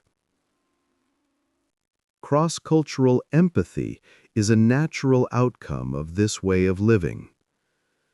By recognizing that beauty takes many forms and that every culture has its own way of embracing impermanence and imperfection, we become more open to learning from others. We might find comfort in Hyuga's warmth, inspiration in Lagome's balance, purpose in Ikegai's sense of meaning, or solace in Kalsari Kanit's contented solitude. Wabi Sabi does not demand exclusivity. It complements and is complemented by other philosophies. This openness nurtures humility and softens the tendency to judge what is unfamiliar. Living Wabi Sabi is not a quick fix. It is not a lifestyle trend or an interior design style to be applied superficially. It is a practice that deepens with time. Like learning a language or an instrument, It requires patience and repetition. Some days we may forget and slip back into perfectionism or overconsumption. But when we remember, we can return to the chipped bowl, the weathered wood, the fading light. The more we practice, the more natural it becomes to find beauty in imperfection. One of the greatest gifts of Wabi Sabi living is the sense of peace it brings. When we stop chasing unattainable ideals and instead find contentment in what is, we release ourselves from constant striving. This peace does not mean passivity. It coexists with growth and creativity. It simply means that our efforts arise from a place of abundance rather than lack, from a desire to contribute, not to prove. When we live from this place, our actions carry a quiet strength. We become, in the words of poet Mary Oliver, a bride married to amazement. As this exploration draws to a close, return once more to the chipped teacup in your hands. It is still chipped. It is still warm. It still holds the tea of the moment. Your breath still rises and falls. The day's weight continues to settle, but there is a softness to it now, a recognition that nothing needs to be perfect for this moment to be complete. Wabi Sabi is a whisper that life is already enough. It asks only that we notice and cherish the everyday miracles unfolding before us. May your days be filled with chipped cups, worn wood, imperfect moments, and the quiet joy of knowing that you and the world around you are beautiful, just as you are. Chapter 15. Wabi Sabi in Interior Design and Architecture. The places we inhabit are extensions of ourselves. They hold our daily rituals, our family histories, the mundane and the sacred. When we apply Wabi Sabi to the design of our homes and public spaces, we are not simply choosing an aesthetic. We are creating environments that remind us to live gently and intentionally. Much of what we understand about Wabi Sabi in architecture comes from the traditional tea house. Originally, a modest, rustic structure built for contemplation and conversation, the tea house became a template for an architecture of humility. Its low door required guests to bow as they entered, leaving behind social status and ego. Its materials, mud walls, wooden beams, and paper screens were deliberately simple, and their irregularities were embraced rather than concealed. This tactile, understated architecture stood in contrast to the grand palaces and shrines of the era. It offered a space where one could feel at ease, surrounded by quiet authenticity. In the 20th century, writers such as Leonard Cohen and Richard Powell introduced the principles of Wabi Sabi to Western designers and architects. They distilled its core ideas, roughness, modesty, and asymmetry, and showed how these values could free design from the tyranny of perfection. Architectural projects began to explore these principles through the use of unfinished surfaces, raw textures, and reclaimed materials. In one noted example, NC Design and Architecture's Imperfect Residence features concrete walls that retain the wooden formwork's imprint, reclaimed timber beams weathered by age, and floors polished just enough for comfort under bare feet.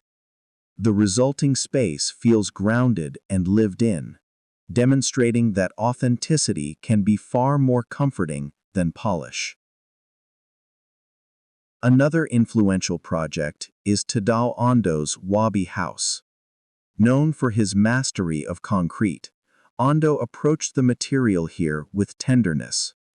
The walls are poured with a subtle roughness that catches light in unpredictable ways, and openings are positioned to frame views of the sky and garden rather than to display grandeur.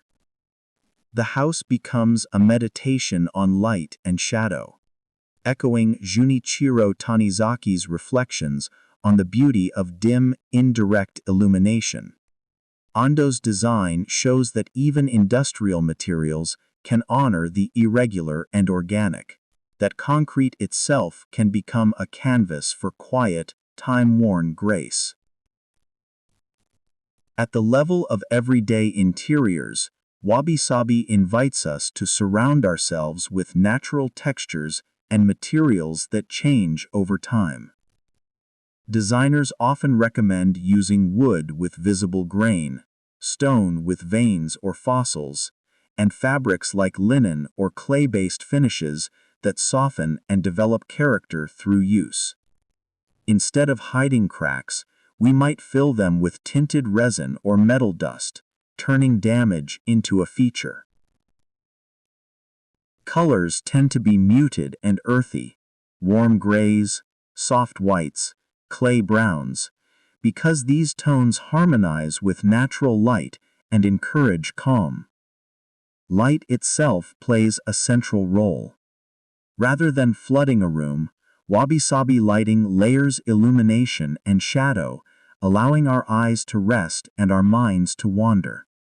The result is not monotony, but a rich, tactile harmony that slows perception and deepens appreciation.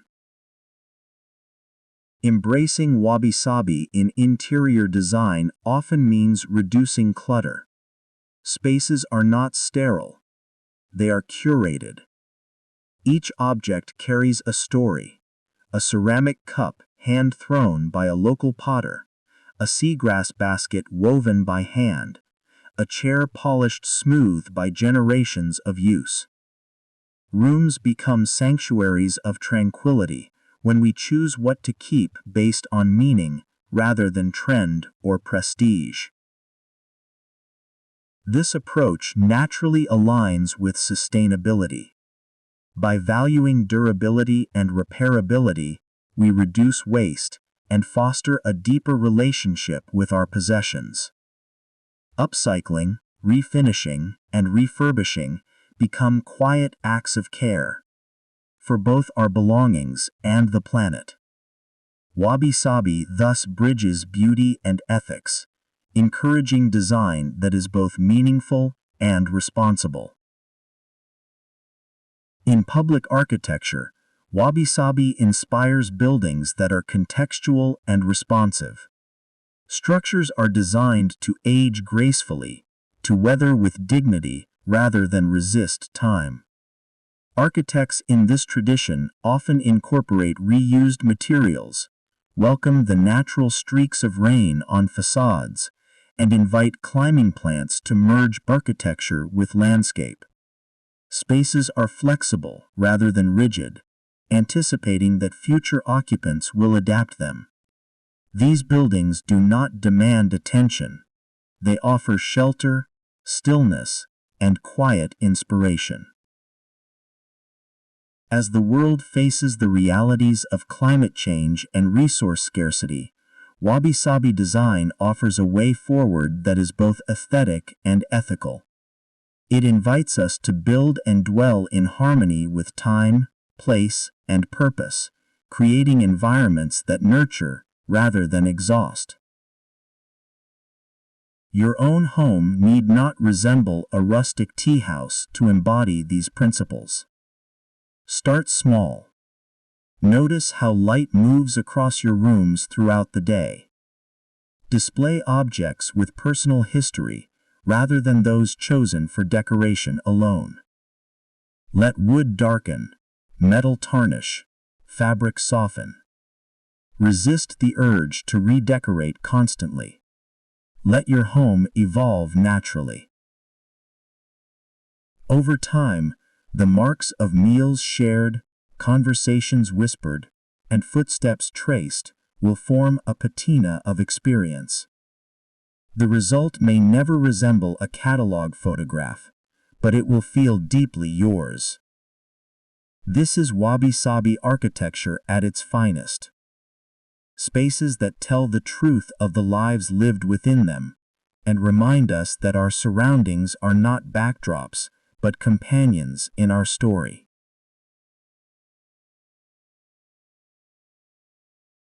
Chapter 16. Japanese Craft Traditions, Raku, Ikebana, Bonsai, and more. Wabi Sabi is not limited to philosophy or architecture. It is embodied in countless Japanese crafts that transform imperfection into poetry. These arts reveal how simplicity, asymmetry, and impermanence can take tangible form.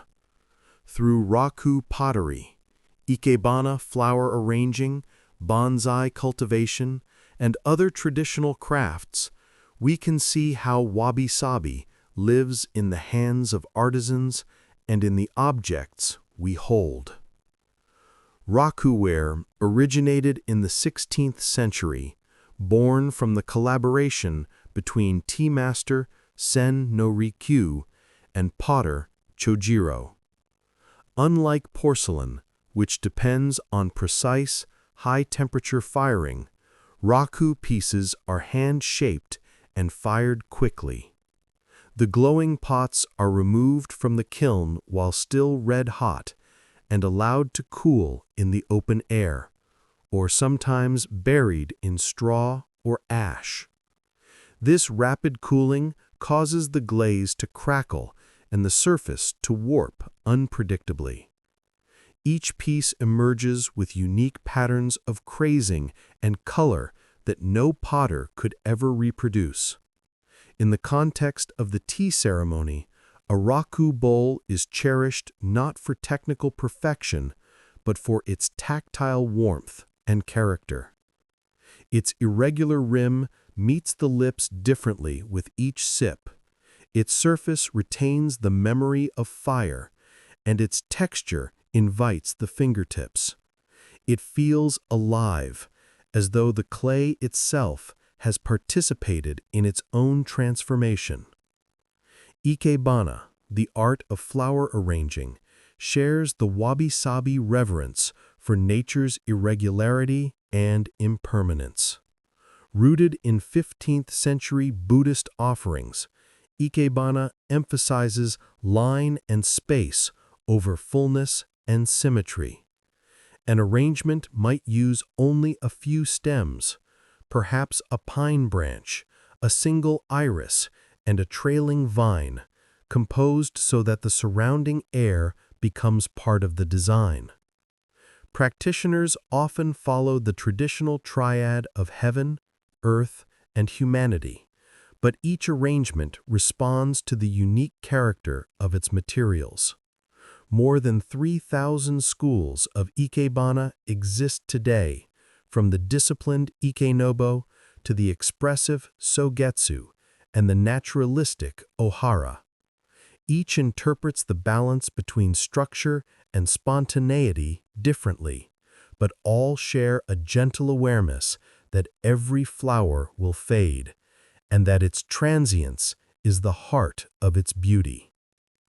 Bonsai is perhaps the most internationally recognized of Japanese arts, and it too is steeped in Wabi Sabi.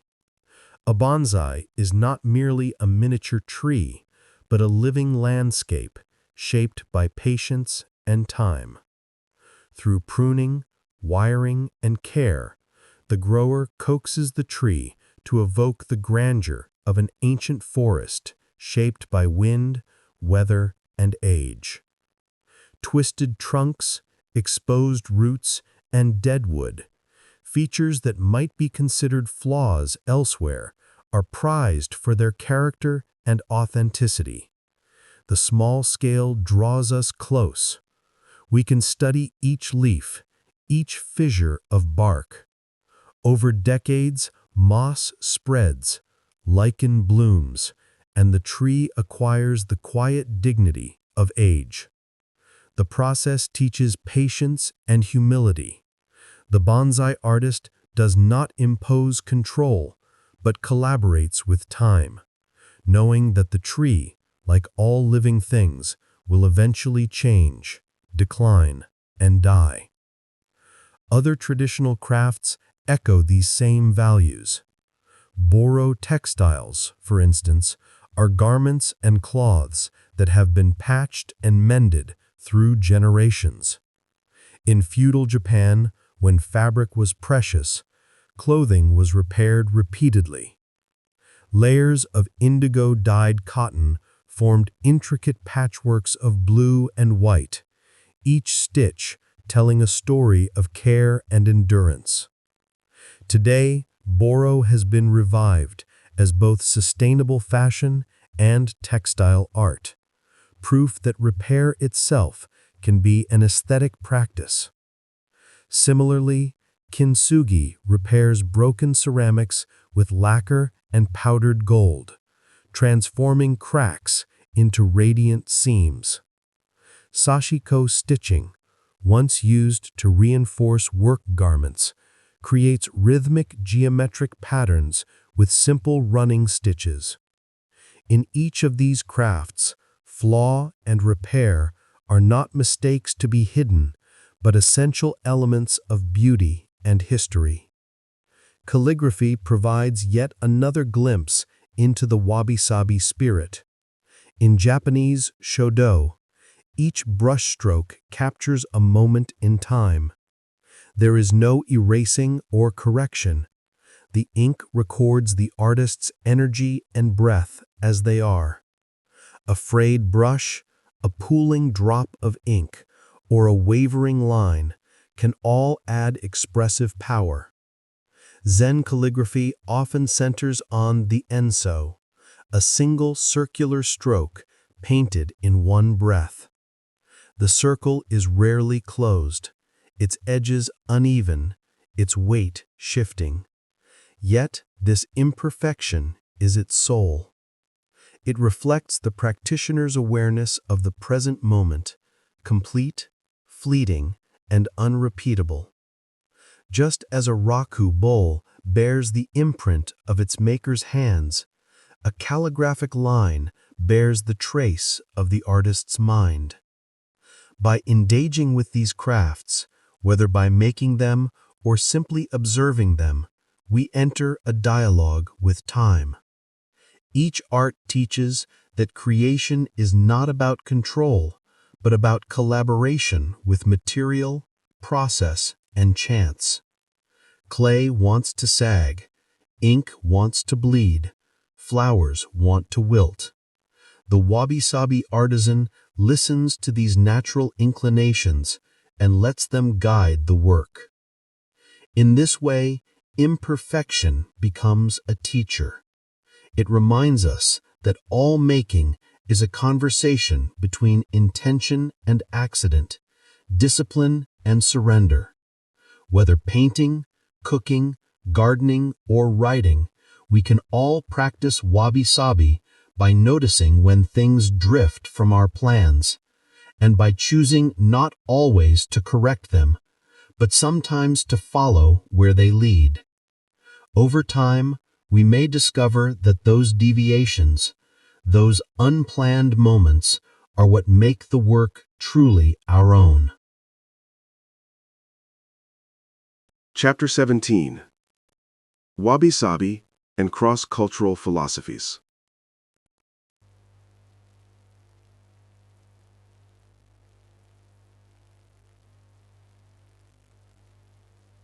Wisdom does not belong to any one culture. Across the world, people have developed their own ways of accepting imperfection, honoring simplicity, and living in harmony with one another. Wabi Sabi resonates with many of these traditions, and by exploring them, we deepen our understanding of our own practice. We also cultivate empathy by recognizing that every culture has created its own responses to the shared human condition. The following ideas, Lagom, Hygge, Kalsari Kane, Sisu, Friluftsliv, Ubuntu, and Ikigai, offer complementary perspectives. Together, they illuminate what Wabi Sabi might look like through different cultural lenses. Lagom is a Swedish word meaning just the right amount. It describes a state of balance between excess and scarcity. In Swedish culture, lagom encourages moderation in behavior and consumption. Happiness, it teaches, is found not in overindulgence or denial, but in the middle path, taking what you need and leaving enough for others. Applied to daily life, lagom can mean maintaining work-life balance, spending thoughtfully, eating and exercising in moderation, and finding satisfaction in sufficiency rather than abundance. This gentle equilibrium aligns closely with Wabi Sabi's call to simplify. Both philosophies remind us that contentment arises not from accumulation, but from gratitude and balance. Hygge, pronounced hygge, is a Danish concept often translated as coziness, but its meaning runs deeper. It refers to a feeling of warmth and belonging that comes from enjoying simple pleasures with others. Candlelight, shared meals, wool blankets, and relaxed conversation all embody hygge. While Wabi Sabi often celebrates solitude and quiet reflection, hygge emphasizes togetherness and comfort. Yet the two share an appreciation for authenticity and ease.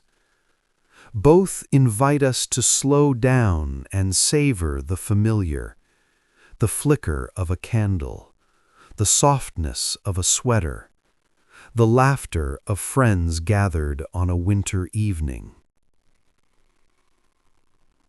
Kalsari Kanet is a Finnish term that literally means drunk in your underwear. Behind the humor lies a cultural acceptance of solitude and rest. It describes the act of relaxing at home, often alone, free from social expectations and content in one's own company. In a world that glorifies productivity and constant connection, Kalsari Kani offers a counterpoint, permission to stop striving, to do nothing, and to simply be. Wabi Sabi shares this quiet acceptance. Both teach that peace can be found in small, private moments, without display, without approval, and without pressure to perform. Sisu, another Finnish concept, translates roughly as inner strength or grit. It represents the ability to persevere in the face of difficulty, to endure hardship with courage and calm determination. Sisu is not about bravado. It is about quiet resilience, the steady flame that keeps burning when everything else has been exhausted. At first glance, Sisu might seem the opposite of Wabi Sabi's soft acceptance. But in truth, both understand that strength comes from humility. Sisu does not deny vulnerability, it transforms it into endurance. Likewise, Wabi Sabi teaches that acceptance of imperfection is not weakness, but wisdom, the kind of strength that bends without breaking. Friluftsliv, a term popular in Norway and Sweden, means open-air life. It refers to the practice of spending time outdoors in all seasons, not as sport or exercise, but as a way of being. Whether walking through forests, sitting by the sea, or simply feeling the wind on one's face, Friluftsliv invites communion with nature. This philosophy echoes Wabi Sabi's deep respect for the natural world. Both value direct experience over abstraction. They teach that beauty is not a possession, but a relationship, something found in the rhythm of the seasons, the scent of pine after rain, or the hush of falling snow. Ubuntu is a Bantu concept from South Africa, meaning a person is a person through other persons. It emphasizes the interconnectedness of all people and the idea that our humanity is realized through our relationships. Ubuntu teaches compassion, generosity, and collective responsibility, the understanding that individual well-being depends on the well-being of others. In a world that prizes independence and competition, Ubuntu offers a necessary counterbalance. Its communal ethos resonates deeply with Wabi Sabi's humility and interdependence. Both invite us to recognize the invisible threads connecting all things, to see the beauty not only in objects, but in the shared hands and hearts that create them. Ikigai is a Japanese term meaning reason for being. It represents the intersection of what you love, what you are good at, what the world needs, and what you can contribute. Ikigai gives purpose to daily life and infuses even small actions with meaning. While Wabi Sabi teaches acceptance and appreciation of imperfection, Ikigai adds direction and intention. Together, they form a complete philosophy of being, one rooted in gratitude, grounded in purpose, and open to change. By exploring these philosophies, Lagam's moderation, Huge's coziness, Kalsarikanit's solitude, Sisu's grit, Friluftsliev's connection to nature, Ubuntu's community, and Ikigai's sense of purpose, we begin to see the many ways humanity has sought the same truth. Each offers its own language for the art of living well. And together they remind us that simplicity, humility, and acceptance are not uniquely Japanese ideals, but universal pathways toward peace. Chapter 18 Wabi Sabi and the Garden.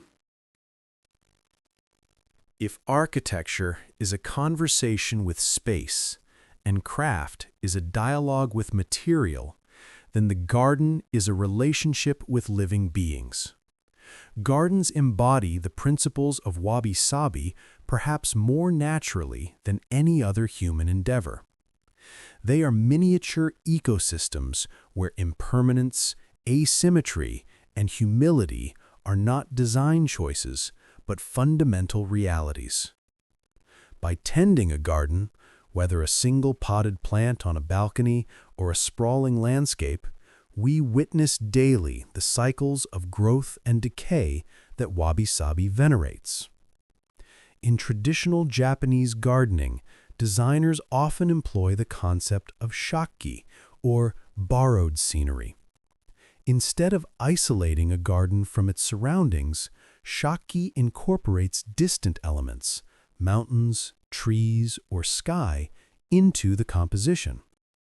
A pond may reflect the outline of a hill beyond the fence, or a window may frame a glimpse of faraway forest. This technique invites the infinite into the intimate, reminding us that our cultivated spaces are always part of a greater whole. Another key idea is kansho, the practice of creating paths that meander and reveal the garden gradually. A visitor never sees everything at once, but discovers each view step by step, as if unrolling a scroll. This slow unfolding fosters patience, mindfulness, and delight in the act of discovery. The katasansu, or dry rock garden, is another profound expression of Wabi Sabi in landscape design. Instead of lush vegetation, it uses raked gravel to symbolize flowing water and stones to represent islands or mountains. Moss may soften the edges of rocks, and a single plant might bloom in an unexpected corner. These gardens do not aim to impress, but to invite reflection. Their beauty lies in suggestion rather than display. Even the act of raking becomes a meditation. The gardener creates waves and then smooths them away again, mirroring the rise and fall of thoughts in the mind. Beyond formal gardens, Wabi Sabi encourages us to find beauty in untamed and transitional landscapes. The concept of Satoyama refers to the zones between human settlements and the wild mountains of Japan, places where people have cultivated fields, gathered firewood, and managed forests for centuries. These landscapes are not pristine wilderness, nor are they rigidly controlled farmland. They are mosaics of rice paddies, bamboo groves, and wooded slopes shaped by generations of coexistence with nature. Satoyama teaches that sustainability is not about domination or preservation alone, but about partnership, working with natural processes instead of against them. It invites us to appreciate irregularity, a field curving with the hillside, a terrace rebuilt after erosion, a hedgerow sprouting from cuttings passed down through time. In your own garden, Wabi Sabi may appear in simple ways, choosing native plants that thrive without constant care, leaving seed heads on flowers through winter for birds to feed upon, or allowing vines to climb freely even when they ignore your plan. It might mean welcoming so-called weeds, dandelions, clovers, wild grasses, for their quiet beauty and ecological purpose. Rather than striving for a flawless lawn, a Wabi Sabi gardener invites diversity, texture, and the gentle surprise of an unexpected bloom. Food cultivation also embodies Wabi Sabi. Growing herbs on a windowsill or vegetables in a community plot reconnects us to the rhythm of the seasons. We learn patience as we wait for seeds to sprout, and acceptance when pests or weather alter our plans. Harvesting misshapen vegetables, carrots with twisted roots, tomatoes scarred by sun, becomes a celebration of uniqueness. Choosing heirloom varieties with irregular forms diversifies flavor and preserves genetic richness. Eating seasonally deepens awareness. The tender greens of spring, the sweetness of summer fruit, the hardy roots of autumn, the spare grace of winter. In this way, gardening becomes not only a practical act, but a form of meditation. Water features often express Wabi Sabi's stillness and motion in balance. A small stone basin filled with rainwater reflects the sky and invites birds to drink. Its rim may be chipped, its interior stained with moss or algae, signs not of neglect, but of life. A bamboo fountain that fills and empties with a soft clack creates a rhythm of anticipation and release, teaching us to listen. Such elements awaken the senses. They remind us that a garden is never static. It breathes with light, wind, and time. As with all Wabi Sabi practices, what matters most is not how the garden looks to others, but how it feels to you. Does it invite you to pause? Does it tell a story of change? Does it nourish life beyond your own? When we release the urge to control and instead welcome unpredictability, we create space for wonder. We notice moss creeping across stone, a fallen petal forming an accidental pattern, a new seedling rising where none was planted. In these moments, the garden becomes a mirror of the inner self, ever-changing, ever-imperfect, yet endlessly capable of renewal and quiet beauty. Chapter 19. Wabi Sabi and the Arts of Creativity. Creativity is often romanticized as a sudden burst of inspiration followed by effortless execution. In truth, it is a process of trial, error, revision, and acceptance. Wabi Sabi offers artists and makers a compassionate framework for this journey.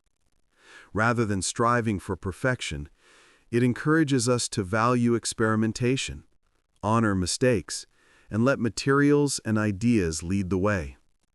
By exploring how Wabi Sabi influences writing, visual arts, and music, we can see how it liberates creativity from the tyranny of perfection.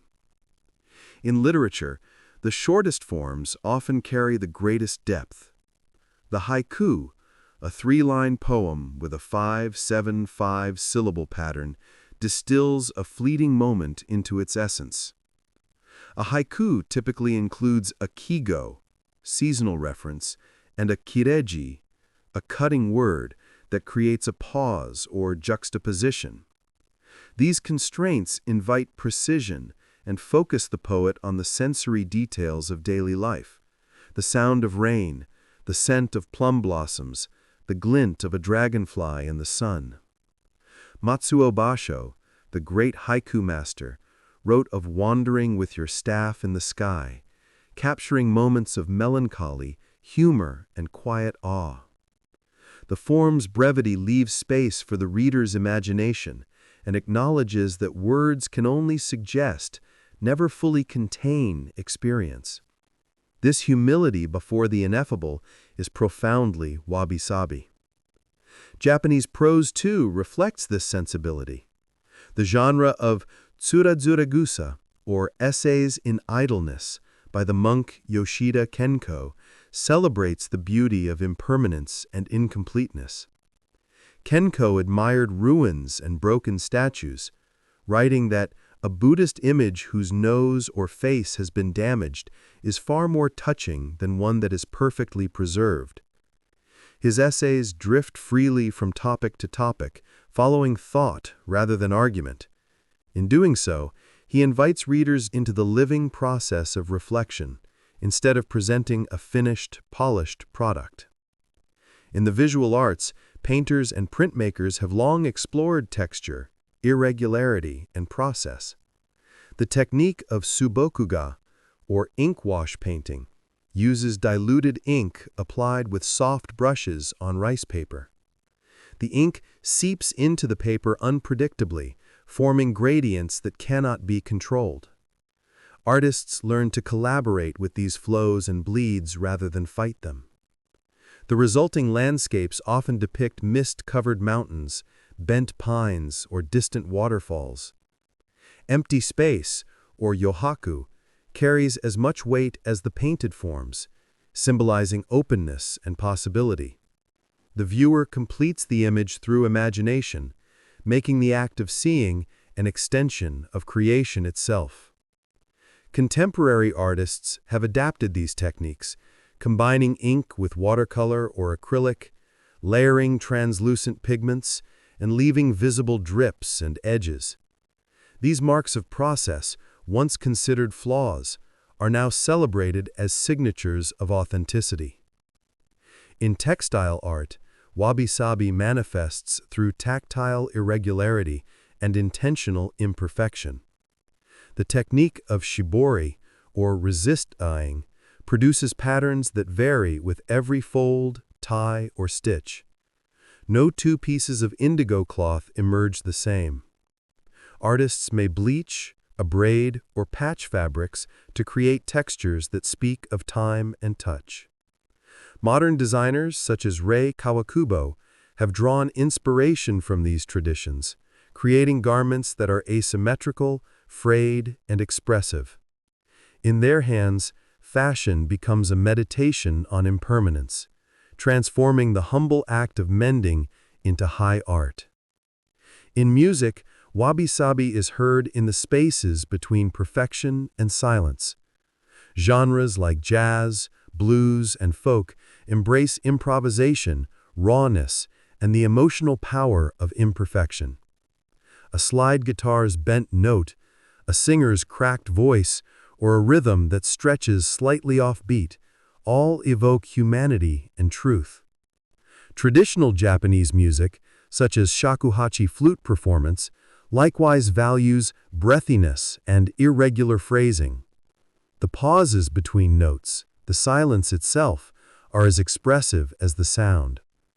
Western composers influenced by Zen, like John Cage, extended this principle by using silence and chants as compositional tools. His work invites performers to accept accidents as part of the art, turning uncertainty into beauty. Creativity also flourishes in community.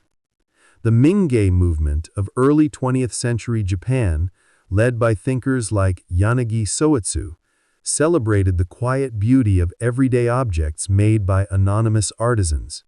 A simple bowl or woven basket, shaped for use rather than display, embodied sincerity and grace. Yanagi and his peers argued that such works, born of necessity and cooperation, possessed a spirit that industrial production could not replicate.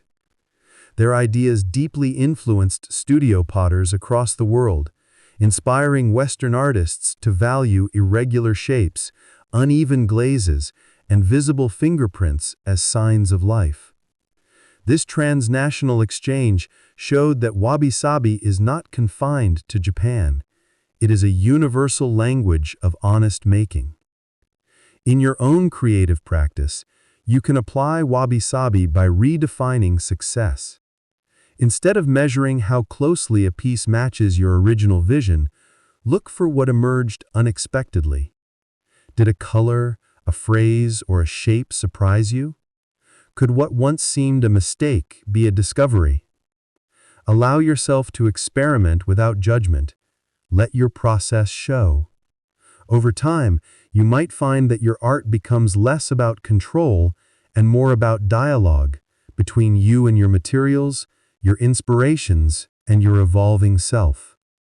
When guided by Wabi Sabi, creativity ceases to be a performance of mastery. It becomes an act of presence, humility, and wonder, a quiet conversation between imperfection and grace. Chapter 20. Wabi Sabi. In Technology and Productivity. In an age defined by screens, algorithms, and constant updates, applying Wabi Sabi to technology might seem paradoxical. Technology is often associated with precision, efficiency, and seamless performance. Yet, perfection in the digital world is an illusion. The relentless pursuit of optimization can easily lead to burnout, distraction, and disconnection. Wabi Sabi offers an alternative lens. Instead of chasing flawless digital experiences, we can design and use technology in ways that acknowledge imperfection, foster mindfulness, and prioritize meaningful connection over mechanical efficiency. One area where Wabi Sabi is especially relevant is productivity.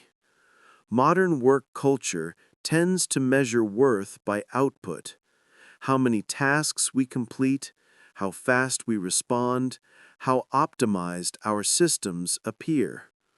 This fixation creates anxiety and a sense of never being caught up. A wabi-sabi approach invites us to soften that pressure.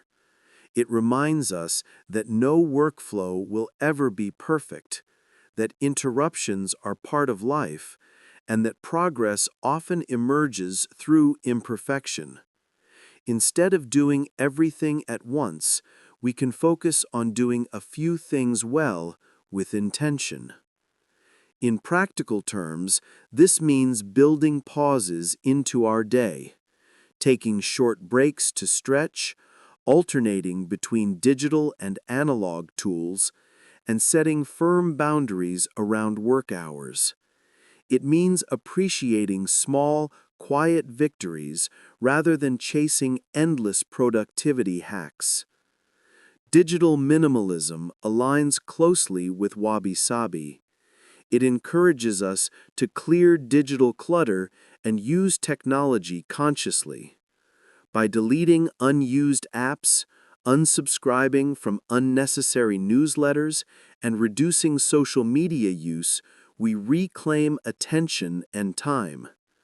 We might choose to check messages only at certain intervals, turn off non-essential notifications, or designate device-free zones in our homes.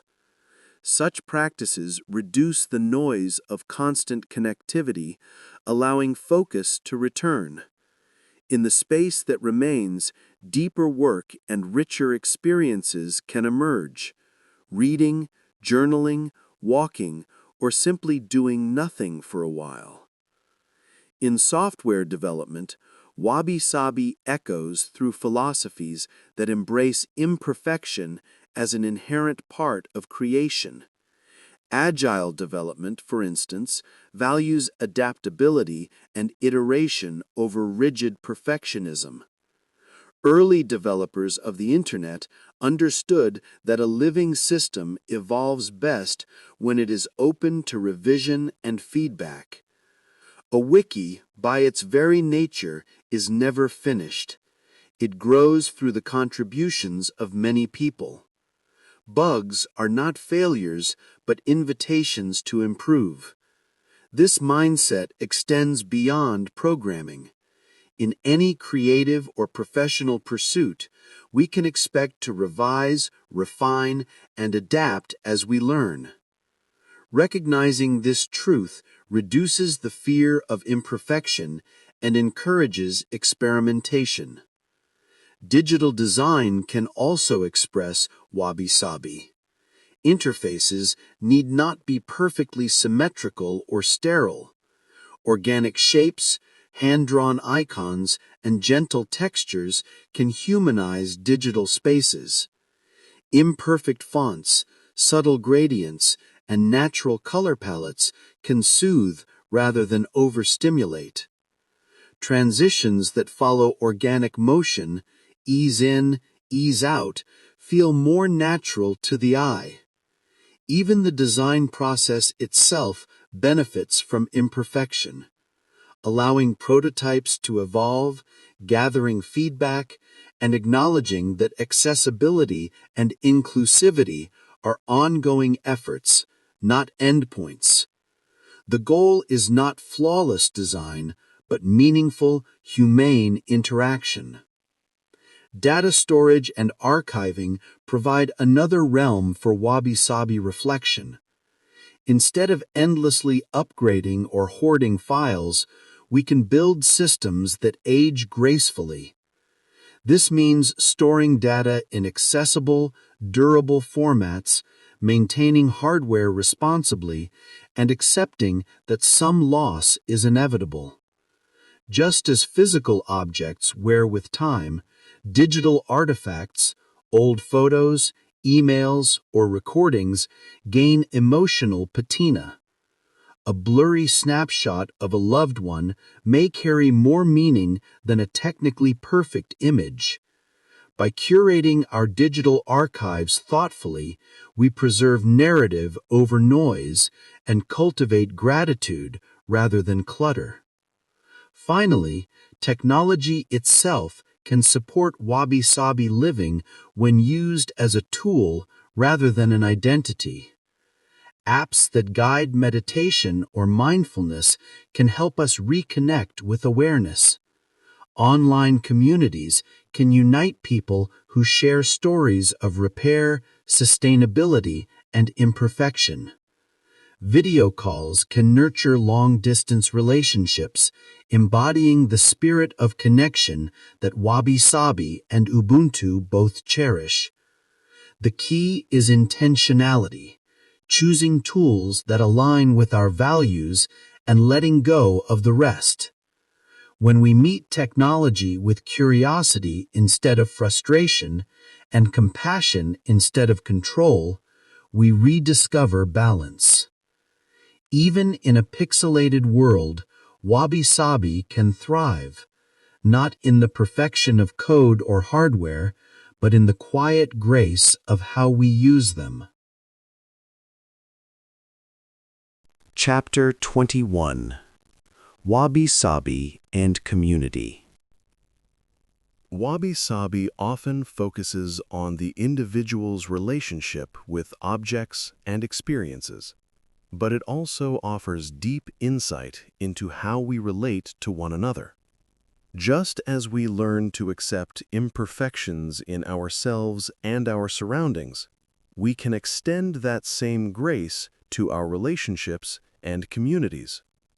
In a world that rewards polished public images and punishes vulnerability, embracing Wabi Sabi in community means creating spaces where authenticity is valued over appearance, and connection is prioritized over conformity. Relationships, whether romantic, familial, or platonic, are inherently imperfect. Each person brings their history, wounds, and habits into the shared space. The practice of Wabi Sabi reminds us that a friend's forgetfulness, a partner's quirks, or a family member's stubbornness are all part of their unique humanity. Instead of trying to smooth out every rough edge, we can learn to appreciate these idiosyncrasies. This does not mean tolerating harmful behavior. Boundaries remain essential. But it does mean recognizing that love grows not in spite of imperfection, but because of it. Our bonds deepen when we reveal our own cracks and hold space for others to do the same. Communities grounded in Wabi Sabi values cultivate mutual care. The African philosophy of Ubuntu teaches that our well-being is tied to the well-being of others. When we adopt this perspective, we shift from competition to cooperation. Sharing resources, celebrating one another's successes, and offering support in times of failure become natural expressions of this mindset. Visible mending, literal and metaphorical, can also become a communal act. Clothing swaps, tool libraries, and repair cafes encourage stewardship of shared goods, while communal eats and storytelling circles foster belonging. When communities embrace imperfection, they become places where people feel safe to be fully themselves. Conflict, too, is inevitable in any group. A Wabi Sabi approach does not deny tension, but meets it with patience and humility. In Japanese culture, the concept of wa, harmony, emphasizes balance and respect. Preserving harmony does not mean avoiding disagreement. It means engaging it mindfully, listening deeply, and seeking understanding rather than victory. Just as cracks are inevitable in pottery, disagreements are inevitable among people. When we repair those fractures with compassion, the relationship often becomes stronger, like kintsugi, mending broken pottery with gold. Rituals also play a vital role in nurturing Wabi Sabi communities. Shared practices, cooking together, creating art, tending a garden, or celebrating seasonal festivals, anchor a community in time and place. These gatherings need not be elaborate. A potluck under string lights, a group walk at dawn, or a monthly repair night can be enough. What matters most is consistency and sincerity. Through repetition, these rituals accumulate meaning and weave a sense of belonging. They also mark change, the aging of members, the growth of children, the arrival of new friends. In witnessing one another's journeys, community members see Wabi Sabi reflected in human life itself. Education and collaboration can likewise embody Wabi Sabi. In classrooms or workplaces, valuing process over product encourages experimentation and learning from mistakes. A teacher who shares their drafts and revisions models that mastery is a gradual, imperfect path. Group projects that emphasize cooperation over competition show that knowledge grows through collective effort. In organizations, leaders who admit uncertainty and invite feedback cultivate trust. By modeling vulnerability, they create cultures where others can do the same. Community resilience also flourishes in diversity. People of different ages, backgrounds, abilities, and beliefs contribute to a richer mosaic. A neighborhood with uneven sidewalks and mixed architecture may appear less uniform than a planned community, but it carries history, variety, and life. Likewise, a group that includes elders, immigrants, artists, scientists, and children has more stories, ideas, and perspectives than a homogeneous one. Wabi Sabi teaches us to see this unevenness not as disorder, but as depth, a source of character and strength. Finally, Wabi Sabi shapes how communities respond to crisis. When disaster strikes, be it flood, fire, or pandemic, communities rooted in mutual aid and acceptance of imperfection are more adaptable. They know systems will falter and cracks will form, so they act creatively and compassionately. They organize networks of support, share supplies, and repurpose spaces for collective care. They celebrate small victories and acknowledge setbacks. They understand that healing is non-linear and that restoration takes time. By practicing Wabi Sabi, communities learn to weather storms together, emerging not unbroken, but mended, with golden seams shining where fractures once were. Chapter 22. The Future of Wabi Sabi. As we look toward the future, the relevance of Wabi Sabi becomes ever more apparent. Our world faces immense challenges: environmental degradation, rapid technological change, social polarization, and widespread mental health crises. In response, many are rethinking their relationship to consumption, technology, and community. Wabi Sabi offers a lens through which we can imagine new ways of living, ways that are sustainable, humane, and deeply fulfilling. In the face of climate change, Wabi Sabi's emphasis on natural materials, repair, and moderation becomes a moral imperative.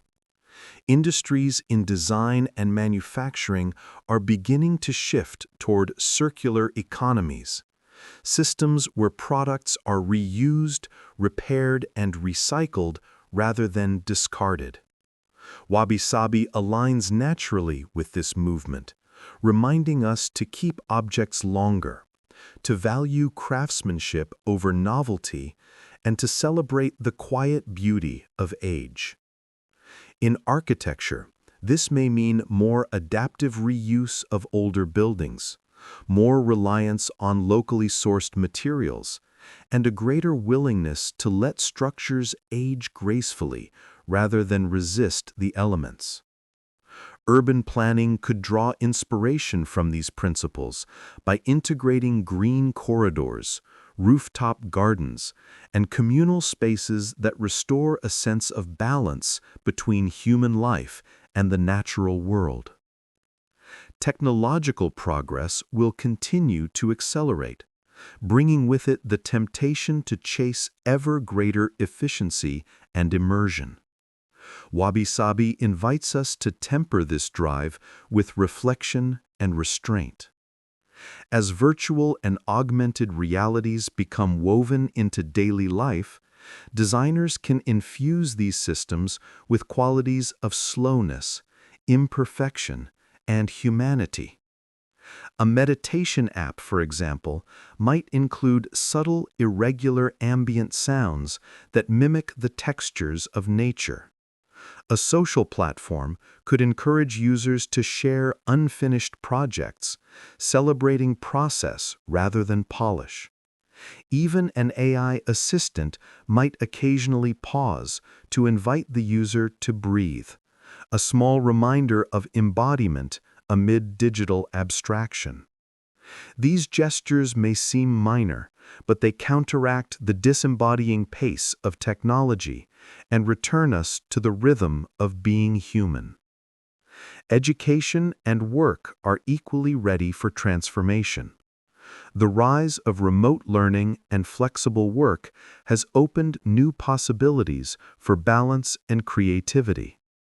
Schools could embrace curricula that combine environmental stewardship, mindfulness, and cultural literacy, teaching students not only to code or calculate, but also to repair, to grow, and to make.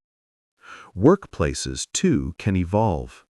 Instead of measuring success purely through productivity metrics, organizations might begin to value collaboration, innovation, and well-being. Flexible schedules could allow individuals to work in harmony with their natural energy cycles. Wabi Sabi reminds us that people are not machines. They need time to rest, reflect, and reconnect in order to sustain their best work. Socially, Wabi Sabi points toward a politics of compassion. It teaches us to approach difference with curiosity rather than hostility, to recognize that imperfection and struggle are part of every human story.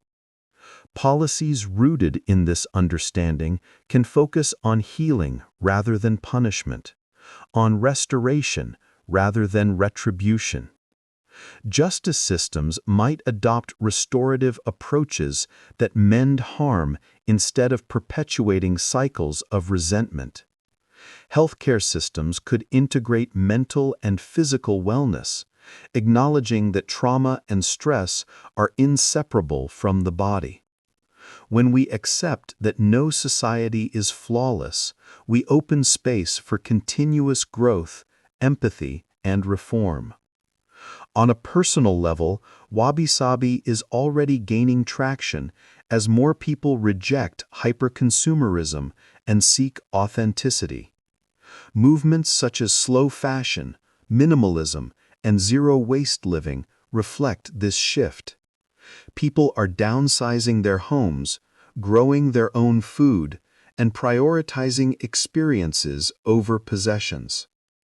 Within the wellness and mental health fields, Wabi Sabi offers a healing metaphor. Therapists and coaches often invoke the image of Kintsugi, the art of mending broken pottery with gold, to help people reframe their pain as part of a greater story of growth. In an anxious and overstimulated world, the quiet acceptance of imperfection provides deep psychological relief. Ultimately, Wabi Sabi invites us to imagine a future where beauty is measured not by flawlessness, but by the stories things tell. In art, we may see more experimentation that embraces decay and transformation. In music, greater openness to rawness and improvisation. In fashion, visible mending may become a mark of pride. In food culture, irregular produce could be celebrated instead of discarded. Even in relationships, vulnerability may come to be seen not as weakness, but as courage. The Wabi Sabi future is not one of scarcity, but of depth. A world where we look at our scars, both individual and collective, and recognize them as the source of our beauty and resilience. As we consider this future, it is worth remembering that it does not simply arrive on its own. It is shaped by our choices.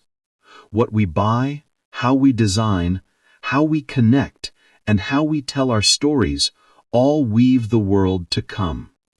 Wabi Sabi asks us to choose gently, to design for longevity, to connect with sincerity, and to tell stories that honor both brokenness and repair.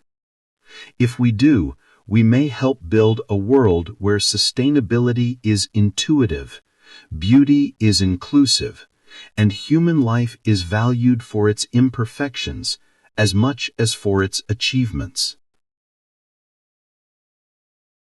Chapter 23.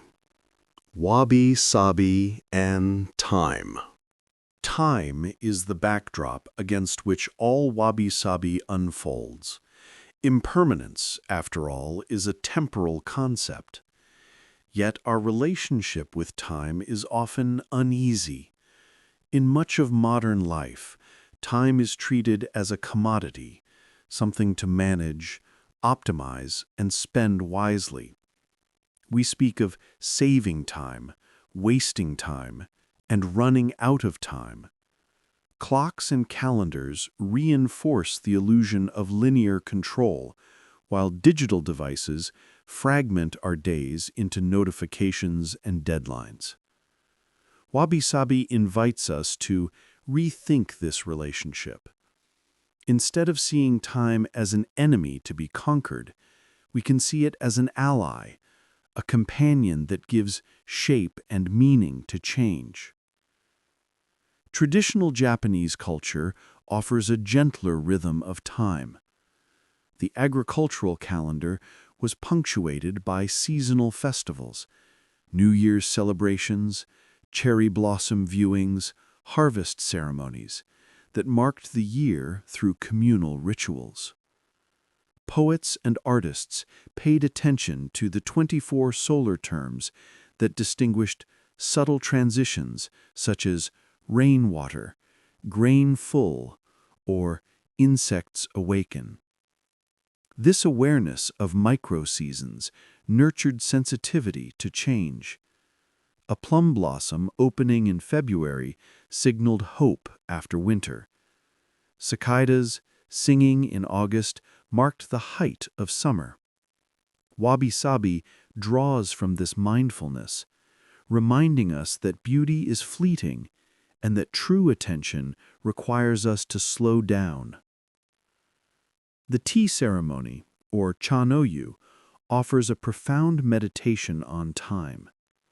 Each gathering is unique and unrepeatable. Participants greet one another with the phrase Ichigo Ichie, one time, one meeting. It acknowledges that even if the same people meet again, the configuration of circumstances, the weather, the mood, the light, will never be identical. The utensils are chosen for that specific moment. The flowers are freshly arranged. The sweets and tea are prepared for that day alone. Host and guest create an atmosphere of shared presence, releasing past and future. Wabi Sabi arises not from rushing through the ritual, but from savoring each step with quiet awareness. In personal life, diaries and letters have long served as vessels of time. The Japanese tradition of Nikki Bungaku, diary literature, blends daily record with poetic reflection. Works such as Sei Shonagon's Pillow Book and Murasaki Shikibu's diary from the Heian period reveal intimate observations of fleeting moments, moonlit nights, falling snow, the fragrance of incense. These writers did not compose their diaries to impress readers.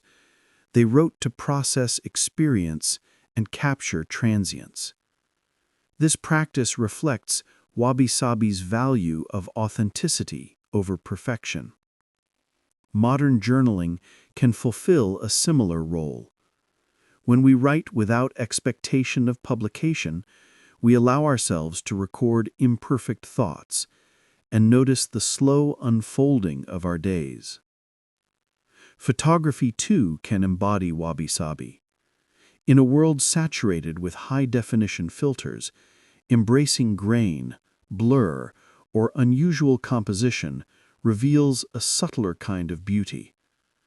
A faded photograph of grandparents might move us more deeply than a crisp digital portrait because it bears the texture of memory and time. Polaroids and film photography have regained popularity for this reason. Their unpredictability invites patience and surrender. You cannot preview a film shot or edit it instantly. You must wait, accept, and sometimes be surprised. The process itself becomes the art, teaching us to welcome imperfection and impermanence. Our daily schedules often reflect an urge to dominate time. We fill calendars with tasks, measure productivity in hours, and lament delays. Wabi Sabi encourages a more fluid approach. Flexibility does not mean chaos. It means leaving space for what cannot be planned. This could involve setting aside unstructured hours for reflection or creativity, moving at the pace of your body rather than your devices, or accepting that some projects will unfold more slowly than imagined. Viewing time as cyclical rather than purely linear can also soothe the anxiety of falling behind. Each sunrise is a beginning, each season a reminder that endings and renewals coexist. Time leaves its signature on our surroundings. Materials age, colors fade, surfaces wear. Accepting these changes as part of an object's natural life cycle can ease the impulse to replace them.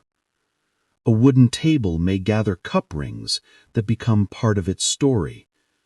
A leather wallet may soften with use, becoming more personal with every touch. In architecture, the concept of miyabi describes elegance that embraces age. A building with moss on its stones or patina on its copper acquires quiet dignity. Wabi Sabi honors this aging process, seeing beauty in the slow transformation brought by time. Even our bodies record the passage of years. Wrinkles, gray hair, and scars are often treated as flaws in youth-obsessed cultures. Wabi Sabi invites a different view. These marks are the record of living. Laugh lines trace joy. Scars testify to healing. Freckles speak of sunlight and movement. By accepting the body's changes with tenderness, we cultivate compassion for ourselves and for others. Each face, each hand, carries a story of endurance and care. To embrace aging as natural is to free ourselves from the fear of time and to live more completely in the present.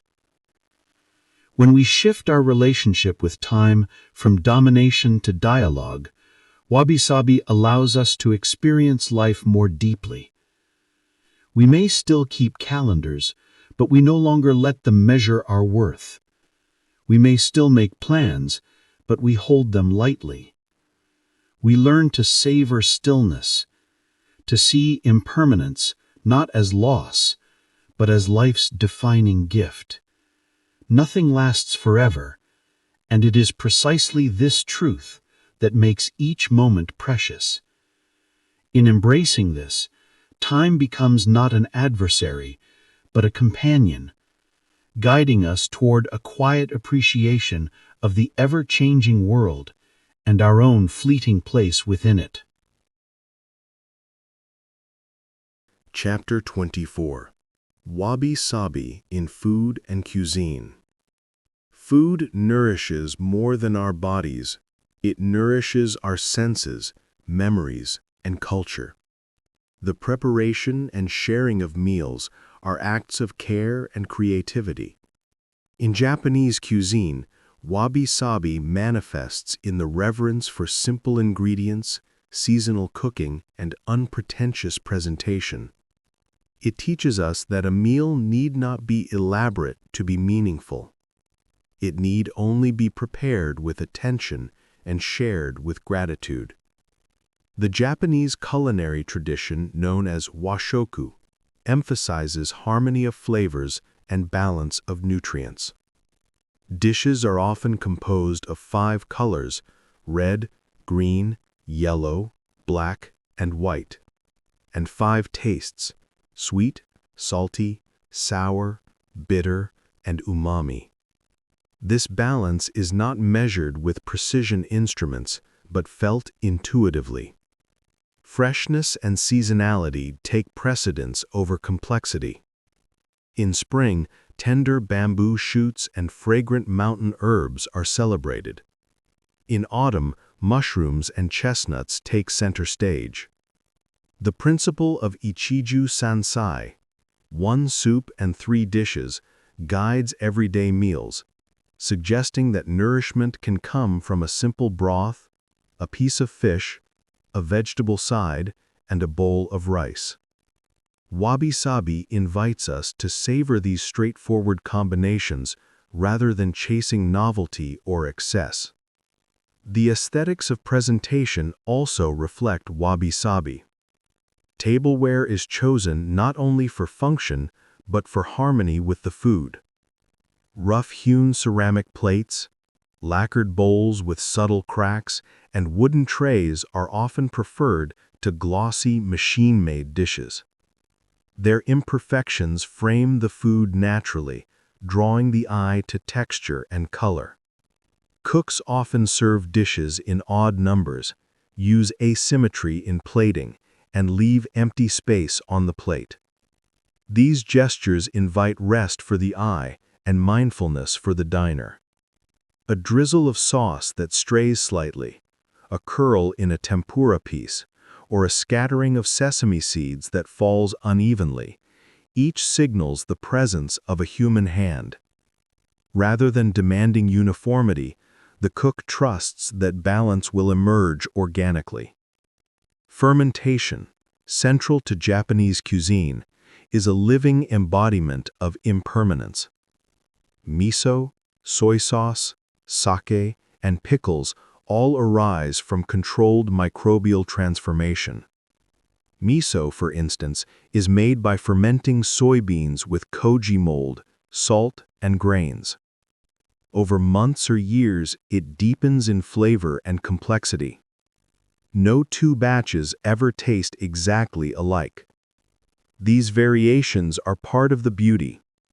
Fermented foods teach patience and respect for time. A quietly aging miso barrel reminds us that transformation often happens slowly, invisibly, and without haste. Home cooking, too, offers daily lessons in Wabi Sabi. A pot of rice may develop a crisp layer at the bottom, okoge, prized for its nutty aroma. A soup might hold uneven slices of vegetables cut by hand. A loaf of bread may split unexpectedly in the oven, revealing a soft crumb within. None of these are flaws, they are marks of authenticity. Sharing such food with family or friends creates intimacy. Eating becomes not a performance, but a conversation about flavors, textures, and the stories carried by the ingredients. Dining outside the home can also embody Wabi Sabi. In an izakaya, a casual Japanese gastropub, you might sit on a wooden stool at a low counter, watching the chef grill skewers over charcoal. The room might be dimly lit, with handwritten menus and walls adorned with faded posters. The atmosphere is not curated for photographs, but for comfort and warmth. Food arrives on mismatched plates, sake is poured into chipped ceramic cups. Nothing feels staged. The cooking unfolds in view, and the chef chats with patrons. These imperfections, the irregular setting, the unpolished charm, create an experience that feels alive and unrepeatable. Wabi Sabi also informs the concept of motenai, a phrase expressing regret over waste. In the kitchen, this means honoring every part of an ingredient. Fish bones become stock, radish leaves are sautéed, and stale bread becomes croutons. Leftovers are reimagined into new dishes, a bowl of rice topped with yesterday's vegetables and a fresh egg, or pickled scraps transformed into tangy side dishes. This practice conserves resources and sparks creativity. By using what we have, we show respect for the labor, land, and energy behind each ingredient. Eating Wabi Sabi can also be a social statement. In an age of industrial food production and image-driven dining, choosing small farmers, local markets, and family-owned eateries is an act of integrity. Accepting irregularly shaped, ugly produce reduces waste and celebrates diversity. Every imperfect tomato, every uneven apple, becomes a quiet protest against the illusion of perfection. It is a vote for flavor, community, and ecological balance over uniformity and spectacle. Finally, the act of eating itself can become meditation. Paying attention to taste, texture, aroma, and temperature slows the experience. Setting down utensils between bites, chewing thoroughly, and noticing satiety all deepen awareness. Offering gratitude before a meal, silently or aloud, acknowledges the web of people, animals, plants, and elements that made it possible. Practiced regularly, this mindful approach turns nourishment into ritual, aligning the body's need with the soul's appreciation. In this way, every meal becomes a small ceremony of Wabi Sabi, simple, sincere, and profoundly alive. Chapter 25. Wabi Sabi in Travel and Place. Travel often conjures images of far-flung destinations, packed itineraries, and carefully curated photographs. Yet there is another way to travel, one that values presence over efficiency, depth over breadth, and genuine encounter over mere sightseeing. Wabi Sabi travel invites us to slow down, to wander, and to see the beauty in places often overlooked. It reminds us that every location, like every person, carries its own layers of time and imperfection. Consider the Japanese concept of tabi, which historically referred to journeys taken for spiritual or practical purposes.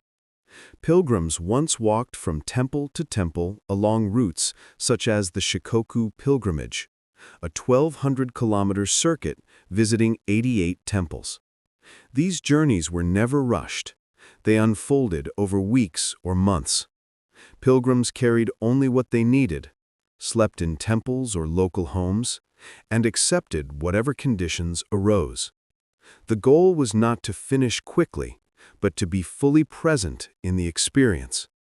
Each day offered opportunities for reflection, conversation, and generosity. Through walking, travelers came to discover not just new landscapes, but new layers of themselves. In the modern world, Wabi Sabi travel might mean choosing destinations off the beaten path. Instead of flocking to popular attractions, you might explore small towns, local markets, or quiet natural sites. Staying in a ryokan, a traditional inn with tatami mats, paper screens, and communal baths, can offer this spirit of simplicity. Meals are made from local ingredients, often served with care rather than extravagance. Guests are encouraged to slow down, soak in hot springs, and linger in quiet conversation. Such spaces embody wabi-sabi through their attention to detail, their respect for history, and their willingness to let time leave its mark on walls, beams, and floors. Walking, as a mode of travel, cultivates the wabi-sabi perspective.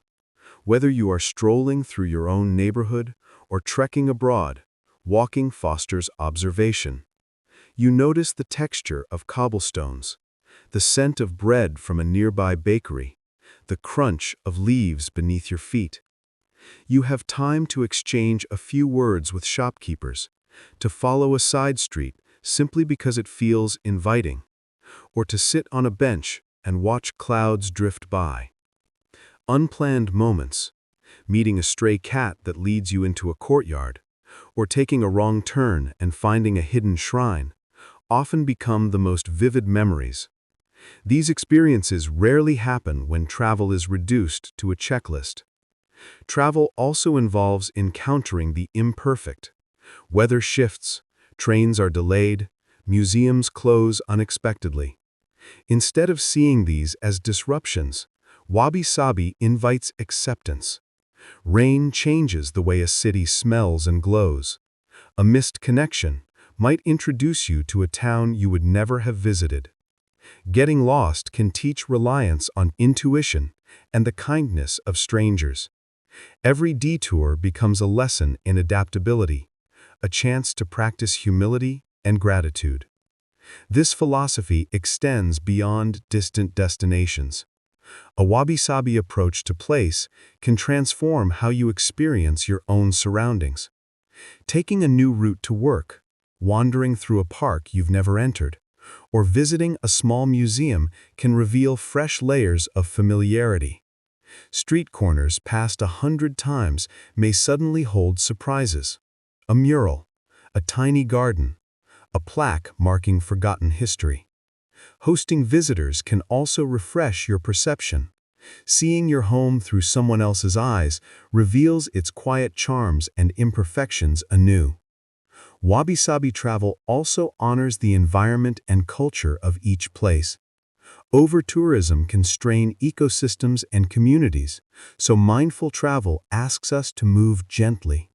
Use public transportation, support local businesses, and learn basic customs or greetings. Ask permission before taking photos. Stay longer in one place rather than rushing through many, and engage sincerely with those you meet. Such choices reduce environmental impact and deepen cultural connection. They distribute tourism's benefits more evenly and nurture respect between travelers and residents alike. When you return home, carry the Wabi Sabi traveler's spirit with you. Souvenirs need not be expensive or flawless. A smooth stone from a riverbank, a handwritten recipe from a new friend, or a pressed leaf can hold more meaning than any mass-produced souvenir. Photographs do not need perfect lighting or composition. Candid shots that capture laughter or quiet reflection often preserve the true spirit of a journey. Keeping a travel journal, filled with sketches, ticket stubs, and fragments of memory, creates a tactile record of where you've been. These small practices remind us that the value of travel lies not in how far we go or how much we see, but in how deeply we experience each moment. In the Wabi Sabi way, every journey, near or far, becomes a meditation on impermanence, humility, and wonder. Chapter 26. Wabi Sabi in Healing and Wellness. Health encompasses more than the absence of illness. It includes physical vitality, emotional balance, and spiritual harmony. Wabi Sabi offers a gentle approach to wellness, one that emphasizes acceptance, self-compassion, and attunement to the body's natural rhythms. In contrast to fitness culture's obsession with perfection and aesthetics, Wabi Sabi health practices invite us to care for ourselves with curiosity and kindness, rather than comparison and control. Psychological research supports the value of embracing imperfection. Accepting transience and flaws has been shown to reduce anxiety and perfectionism, while cultivating resilience and self-acceptance. By recognizing that mistakes and setbacks are inevitable parts of growth, we develop greater compassion toward ourselves. In practical terms, this might mean reframing harsh self-talk, seeking therapy, journaling, or engaging in mindfulness practices such as meditation and yoga. Treating ourselves as we would a dear friend creates the conditions for genuine healing, one rooted not in striving, but in gentleness. Therapeutic applications of Wabi Sabi appear in creative modalities such as art therapy, narrative therapy, and music therapy. The metaphors of impermanence, naturalness, and asymmetry can help people process trauma and loss. For example, a therapist might invite a client to create a Kintsugi bowl, intentionally cracking and repairing a clay vessel with gold paint to symbolize resilience and transformation. Such activities externalize inner experiences, making the invisible visible. They challenge the notion that healing restores us to who we once were. Instead, they affirm that we emerge changed and often more whole, precisely because of what we have endured. Movement practices can also embody Wabi Sabi principles by focusing on sensation rather than appearance. Yoga encourages awareness of breath and movement rather than forcing the body into perfect alignment. Tai Chi and Qigong mirror the flow of natural forces, cultivating grace and balance. Walking meditations connect body and environment through deliberate, mindful steps. Even vigorous exercise can be practiced with Wabi Sabi awareness, listening to the body's signals, respecting fatigue, and celebrating progress rather than perfection. In honoring both our limitations and capabilities, we come to appreciate the impermanence of strength and the quiet beauty of change. Nutrition, as discussed in the previous chapter, forms another aspect of wellness. Eating with awareness, choosing whole foods, and allowing joy in indulgence can create balance between nourishment and pleasure. Diet culture often promotes rigidity and guilt, which can lead to disordered eating and shame. A Wabi Sabi approach acknowledges that appetite fluctuates, that cravings have emotional roots, and that satisfaction includes both nourishment and delight. Allowing yourself to savor a sweet, to eat comfort food when needed, and to adapt your diet to the seasons cultivates a sustainable, compassionate relationship with food. Rest is equally essential to healing. In a society that glorifies productivity, rest is an act of quiet rebellion. Sleep and stillness are not indulgences. They are where repair occurs. Developing soothing bedtime rituals, such as dimming lights, turning off screens, or drinking herbal tea, helps the body and mind transition into rest. Accepting that some nights will be sleepless, that fatigue comes in waves, releases unnecessary tension. Viewing naps and downtime as necessary resets rather than signs of laziness redefines rest as an active part of self-care.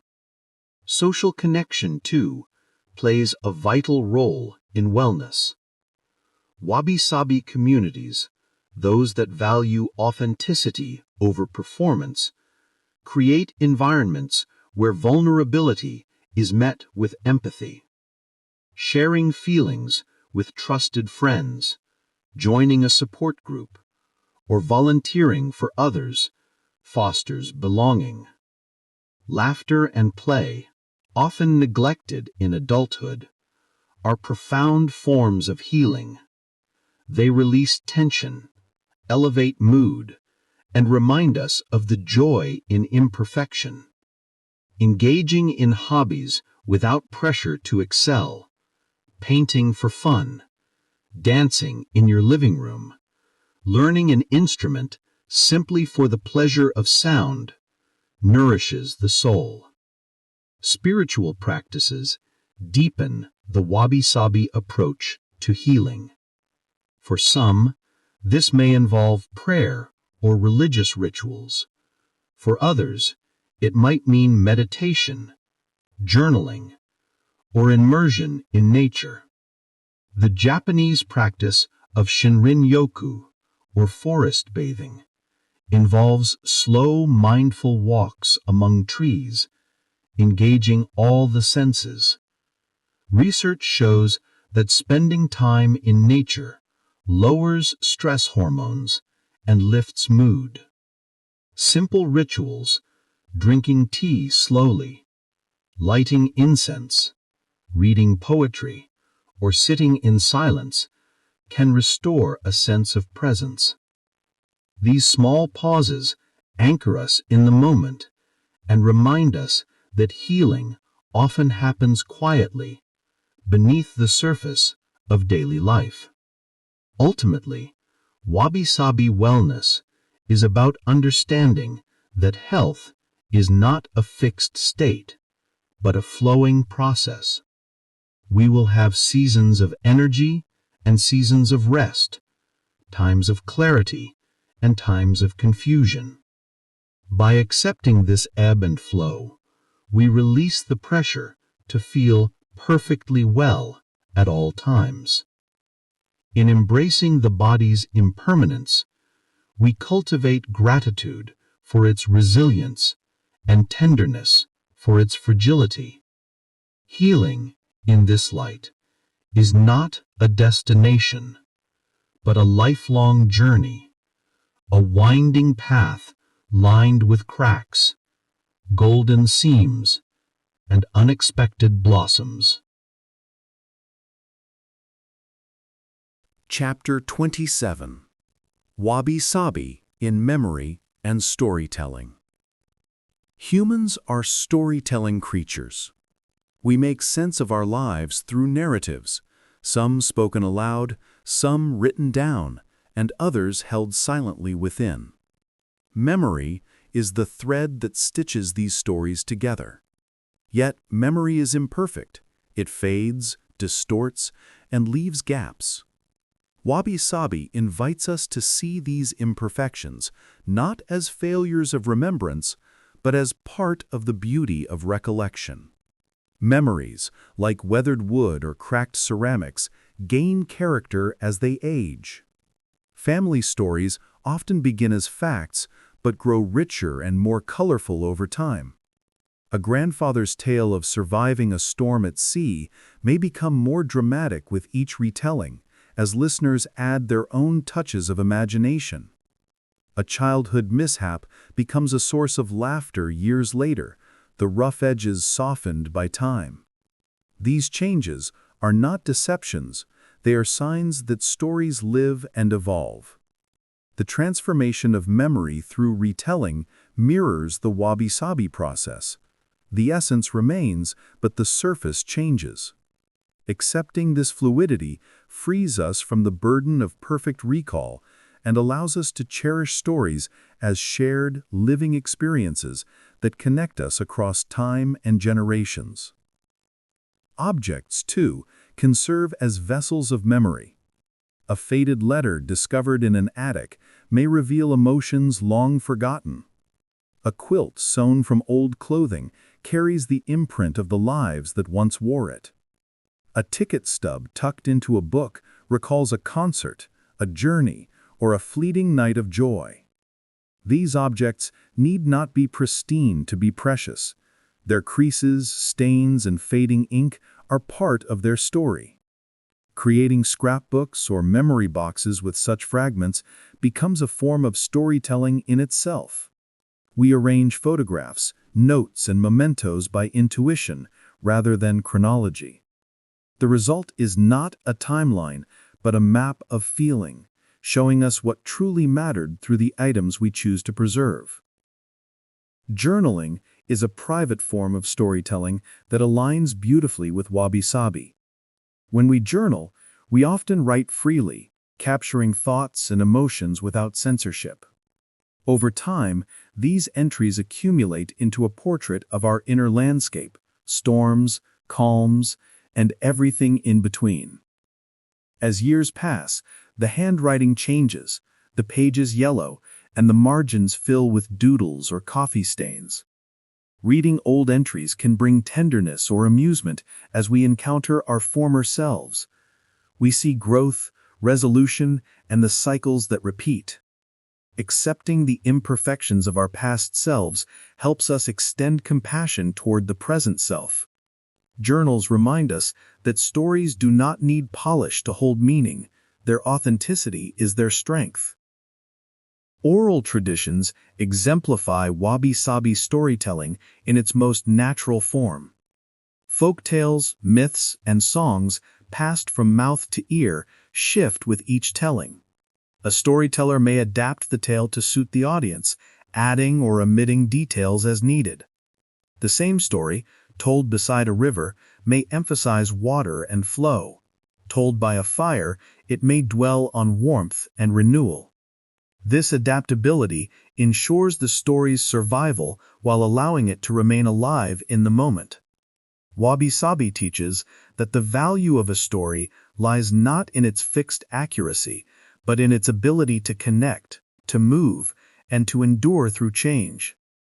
Variations are not flaws, they are signs of vitality. Digital technology has transformed how we tell and store stories. Social media, blogs, and video platforms allow us to document our experiences instantly and share them widely. Yet this convenience also brings challenges. The temptation to present an idealized version of ourselves can distort our narratives, turning life into performance. Applying Wabi Sabi to digital storytelling means choosing authenticity over perfection. It may mean sharing a candid, unfiltered moment instead of a staged one, writing honestly without fear of judgment, or recognizing that not every memory needs to be captured. It also means letting digital traces age gracefully, allowing old posts to remain, revisiting them with acceptance, and seeing them as records of growth rather than sources of embarrassment. Memory itself is selective and malleable. We forget far more than we remember, and even remembered events shift as we recall them. Each act of remembering is also an act of reconstruction, shaped by emotion and context. This fluidity can be unsettling, but also freeing.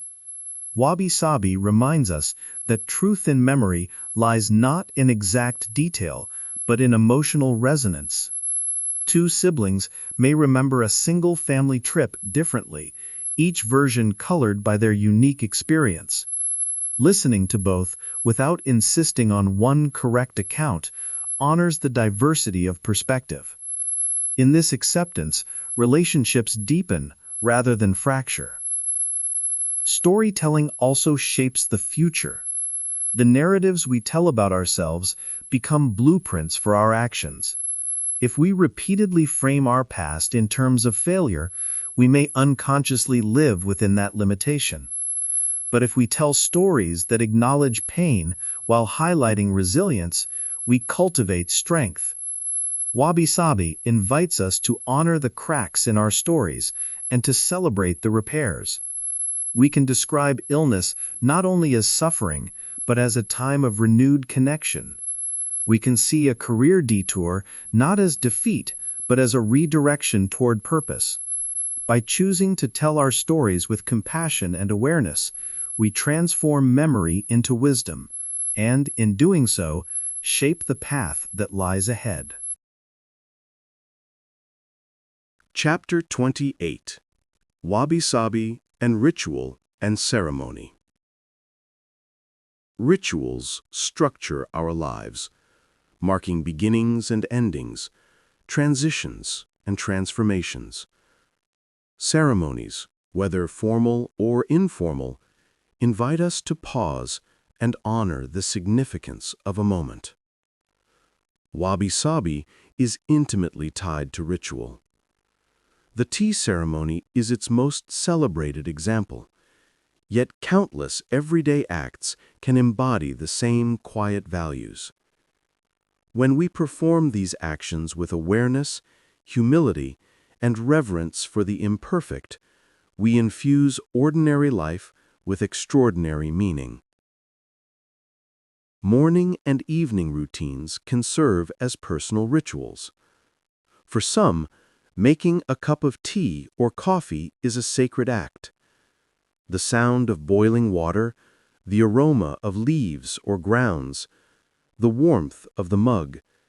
These simple sensations can anchor us in the present. Wabi Sabi invites us to perform such tasks slowly, to feel gratitude for the water, for the farmers who grew the tea, and for the ceramicist who shaped the cup. Eating breakfast at the same time each day, lighting a candle, or reading a poem can transform an ordinary morning into a ceremony that gently sets the tone for the day. Likewise, evening rituals, washing dishes by hand, tidying a room, or writing down 3 things you're grateful for, create a sense of closure. When done with intention, even repetition becomes reverence. Seasonal rituals connect us to rhythms beyond our own lives. In Japan, the passage of the seasons is celebrated through traditions such as hanami, flower viewing, in spring, tsukimi, moon viewing, in autumn, and New Year's house cleaning and decoration. These moments invite reflection on the flow of time and our place within nature's cycle. Wabi Sabi encourages us to create our own seasonal rituals, perhaps walking through a nearby park each month to notice how the landscape changes, cooking a dish tied to the season, or practicing an annual decluttering session in which we donate what we no longer need and repair what still serves us. Through these practices, we participate in the quiet rhythm of renewal. Life transitions, births, coming of age, marriages, and deaths are honored across cultures through ceremonies both grand and simple. A Wabi Sabi approach favors sincerity over spectacle. A wedding might take place in a backyard with handmade decorations, mismatched chairs, and potluck dishes, allowing the couple's personality and community spirit to shine. A memorial might be held beneath a tree where friends share stories and plant a sapling in remembrance. In such ceremonies, imperfections, uneven flowers, uncertain weather, unscripted tears, become part of the authenticity. The focus remains not on impressing guests, but on connection, meaning, and love. Cleaning, too, can be a ritual. In Zen temples, monks practice soji, a daily act of mindful cleaning considered part of spiritual discipline. Sweeping, wiping, and tidying are performed with focus and calm, the body moving in harmony with breath. At home, we can adopt this same awareness, making the bed slowly, wiping a table with care, noticing the feel of wood or cloth under our hands. The goal is not merely a tidy room, but a tranquil heart. Wabi Sabi reminds us that caring for our surroundings is a form of self-care. Other small rituals may include lighting incense before beginning a creative project, bowing before stepping onto a yoga mat, or knocking gently on a table to greet a loved one's photograph. These gestures need not be religious. They are personal symbols that mark transitions and invite presence. The more personal and idiosyncratic, the more meaningful. By creating rituals that reflect your values and heritage, you stitch together the days of your life into a coherent, intentional pattern. Ceremony also teaches the art of hosting. In the tea ceremony, the host anticipates the needs of guests, ensuring their comfort and peace. This spirit of hospitality, omotenashi, is an expression of deep respect. It is reflected in small details: the angle of a scroll, the height of a flower, the temperature of the tea. The host's quiet attentiveness allows guests to relax and feel seen. In everyday life, you can practice omotenashi by cooking a meal for a friend, offering a towel to a visitor when it rains, or preparing a cozy corner for conversation. Wabi Sabi hospitality values warmth over perfection. Your table may be scratched, your dishes mismatched, your food imperfect, but if your heart is open, your guests will truly feel welcome.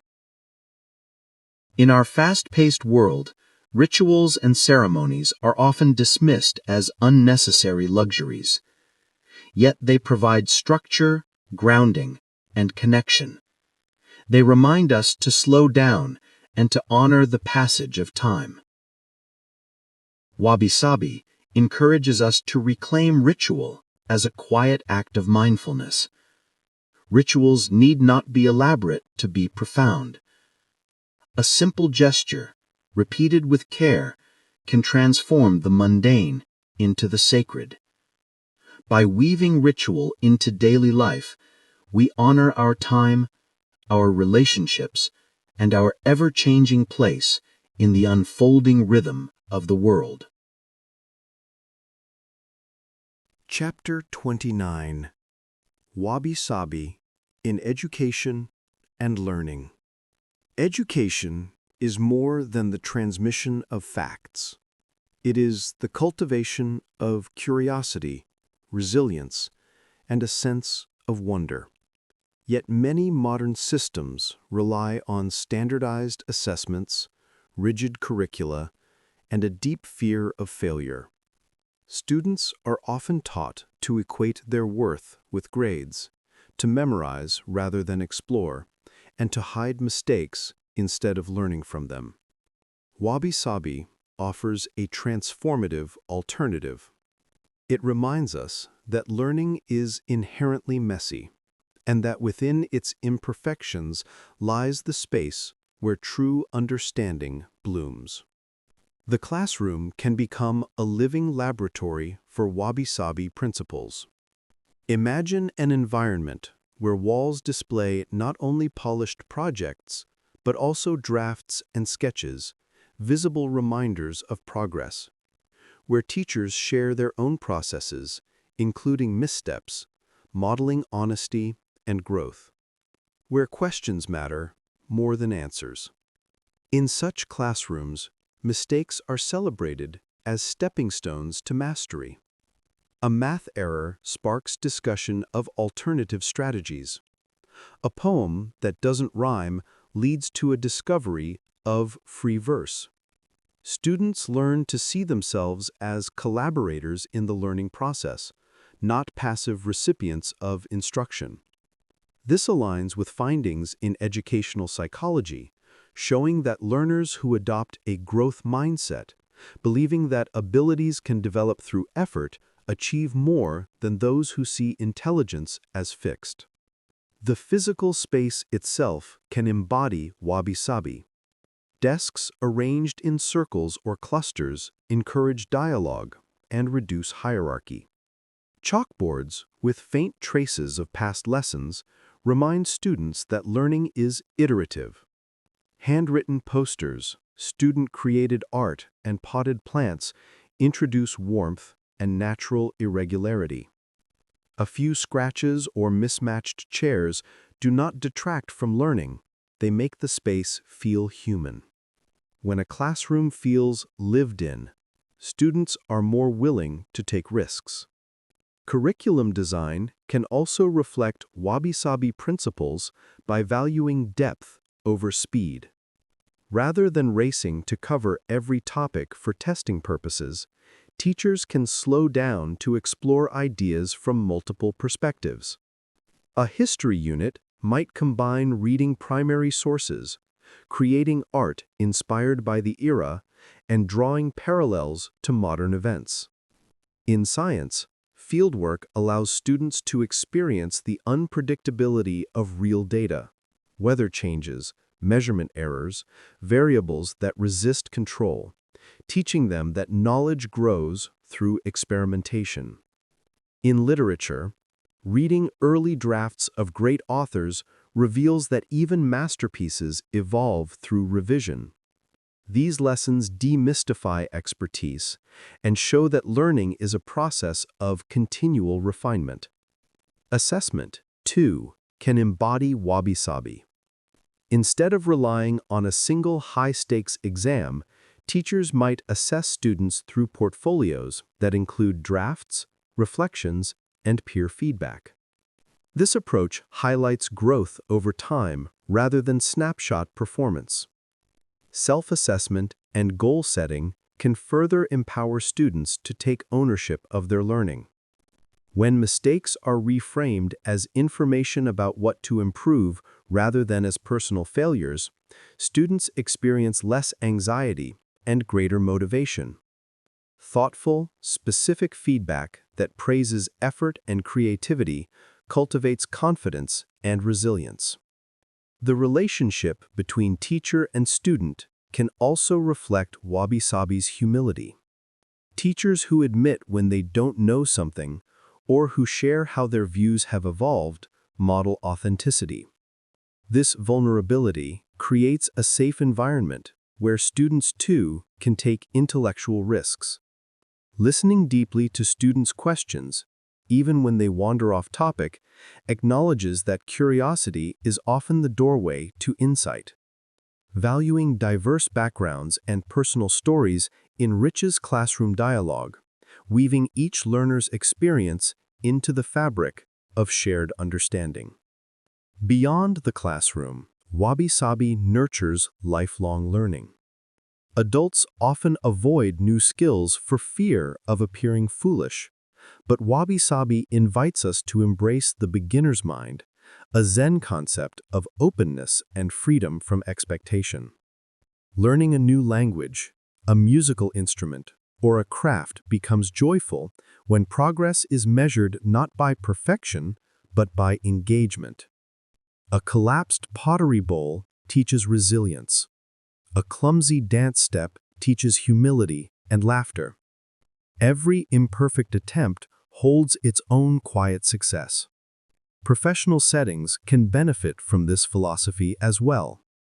In workplaces and training programs, encouraging reflection, discussion, and hands-on experimentation fosters creativity. Leaders who share their own learning journeys signal that vulnerability and curiosity are strengths. When errors are treated as opportunities for growth, rather than reasons for blame, organizations become more adaptable and innovative. This mindset echoes agile development practices, where iterative design and continuous improvement replace the illusion of flawless execution. Educational institutions can also extend wabi-sabi learning into the community. Students might collaborate with local artisans, farmers, or elders to learn practical skills: woodworking, weaving, cooking, or storytelling. Such partnerships honor forms of wisdom that cannot be reduced to textbooks. Through these exchanges, students learn that knowledge is not only analytical, but also embodied, inherited, and relational. They gain respect for the craftsmanship and cultural traditions that sustain human life. Finally, Wabi Sabi reminds us that education does not end at school. Learning happens everywhere, in homes, gardens, kitchens, and conversations. Parents teaching children to tie their shoes, neighbors sharing a recipe, or elders recounting village stories are all acts of teaching. An old memory retold with pauses and digressions contains its own rhythm of truth. A child building a fort out of blankets practices physics and design without realizing it. When we value these informal exchanges, we acknowledge the everyday teachers all around us. Embracing Wabi Sabi transforms education into a lifelong journey rather than a destination. It places process above product, curiosity above certainty, and growth above perfection. In doing so, it invites learners of all ages to explore bravely, reflect deeply, and take joy in the imperfect art of becoming. Chapter 30. Wabi Sabi in Work and Leadership.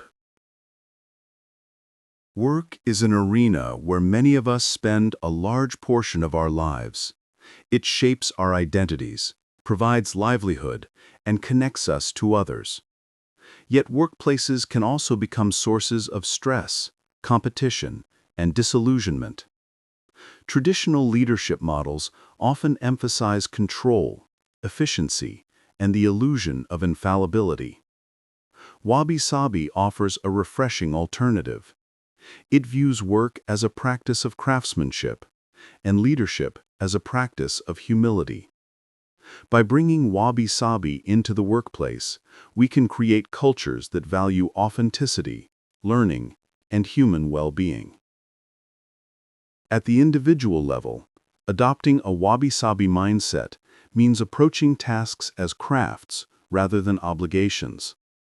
Instead of rushing to complete assignments at the expense of quality or satisfaction, we can take the time to understand the materials of our work, whether they are spreadsheets, fabrics, words, or metal, and respect the process. This does not mean inefficiency. It means care. An artisan does not view a piece of wood solely as raw material, but studies its grain, knots, and texture. Likewise, a software developer may consider the user's needs, the legacy of old code, and the limits of the platform. By aligning with what is given, rather than forcing rigid plans, we create work that feels grounded, appropriate, and full of integrity. For leaders, Wabi Sabi calls for a shift away from perfectionism toward transparency. A leader can model the courage to admit mistakes, change course, and seek the wisdom of others. Rather than maintaining a flawless facade, they share the challenges and uncertainties they face. This vulnerability does not weaken authority, it strengthens trust. When employees see leaders learning in public, they too feel free to take risks and experiment. Imperfect successes, the prototype that failed yet taught something vital, the campaign that reached fewer people but left deeper impact, deserve recognition. Leaders who celebrate learning rather than perfection foster a culture of curiosity and resilience. A Wabi Sabi perspective also sees organizations as living ecosystems rather than machines. Machines are designed for predictable output. Ecosystems are dynamic, adaptive, and interdependent. In an ecosystem, diversity sustains balance and resilience. Similarly, in a workplace, diverse backgrounds and perspectives strengthen creativity and problem-solving. Leaders who adopt this mindset prioritize collaboration over hierarchy and value relationships as much as results. They encourage cross-department projects, mentorship, and informal connections, recognizing that the well-being of one part of the organization affects the whole. This holistic approach builds engagement and reduces burnout. Even meeting structures can embody Wabi Sabi.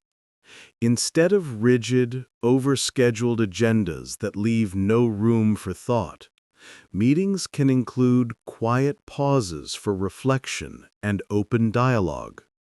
Silence can be as productive as speech.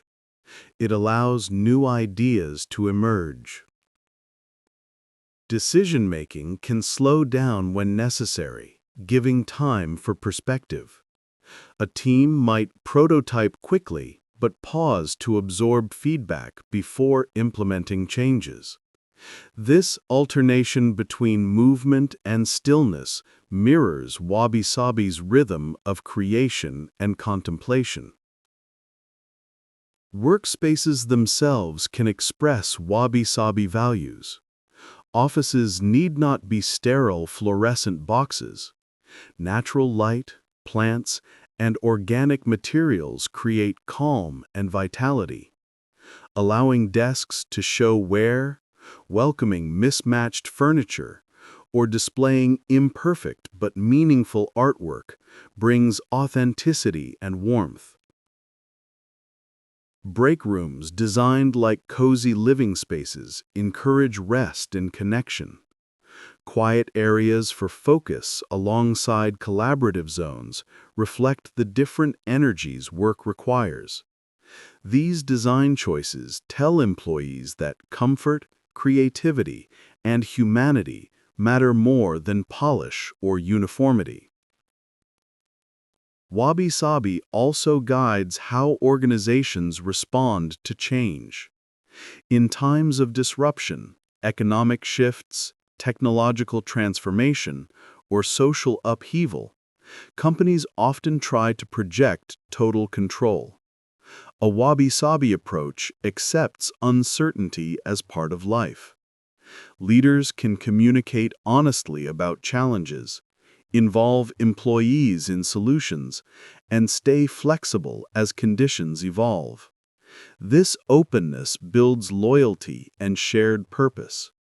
When a company stops pretending to be unbreakable and instead acknowledges its cracks, it creates unity, the collective gold of Kintsugi in organizational form.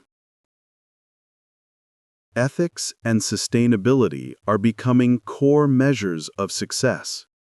Consumers and employees now expect transparency about sourcing, labor, and environmental impact.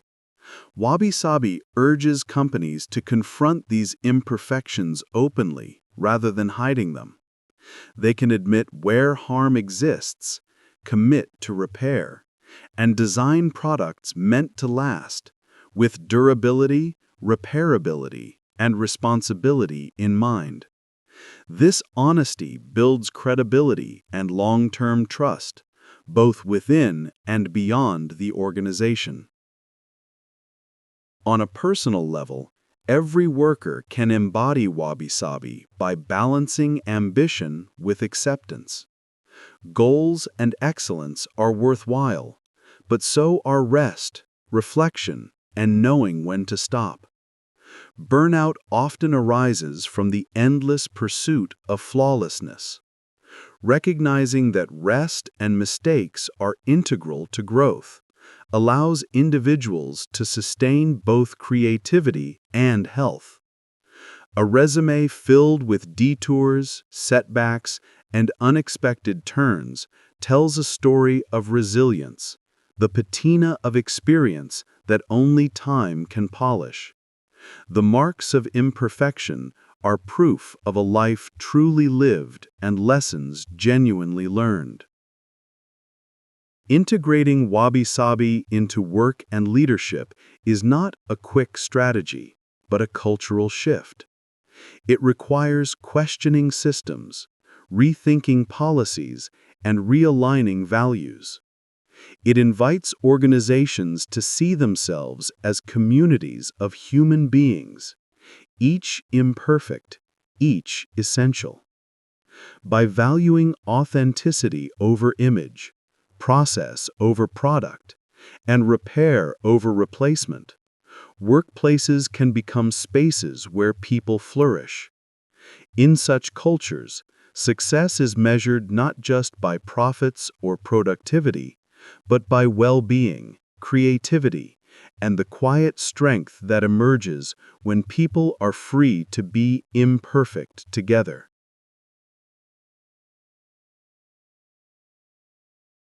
Epilogue, a whisper across time. As we reach the end of this long meditation, it may seem that we've traveled far from the chipped teacup where we began. Yet, in truth, we've only circled back to it, viewing it from many angles. From architecture to garden paths, from calligraphy to leadership, from cherished memories to deliberate rituals, each chapter has been a facet of the same quiet jewel. Wabi Sabi is not a set of rigid rules. It is a lens through which we can see the world. Like the grain of a wooden bowl that deepens with every touch, this philosophy grows richer each time we return to it. Perhaps the most important lesson Wabi Sabi offers is that everything is always in conversation. Stone with rain, hand with clay, teacher with student, leader with worker, past with future. We live inside these conversations whether we notice them or not. When we choose to pay attention to the moss on a step, the crack in a dish, the falter in our voice, the tear in a colleague's eye, we become participants instead of bystanders. Participation doesn't mean fixing everything or forcing resolution. It means listening, honoring, and sometimes simply being present. As we reach this closing moment, take a slow, conscious breath. Feel the weight of your body, the texture of the surface beneath you, the steady rhythm of your heart. Look around your space, your desk, your room, the objects that quietly accompany your days. Notice one small imperfection, a scuff, a stain, a frayed edge. Let it ground you. Remember, beauty is not something waiting in the future for when everything is finally in order. It is here, now, in this breath, in this chip, in this fleeting moment. Wabi Sabi is a whisper across time, gentle, transitory, and endlessly inviting you to pause and to listen. May that whisper stay with you as you move forward, not guiding you toward perfection, but toward a deeper, softer, and kinder way of seeing.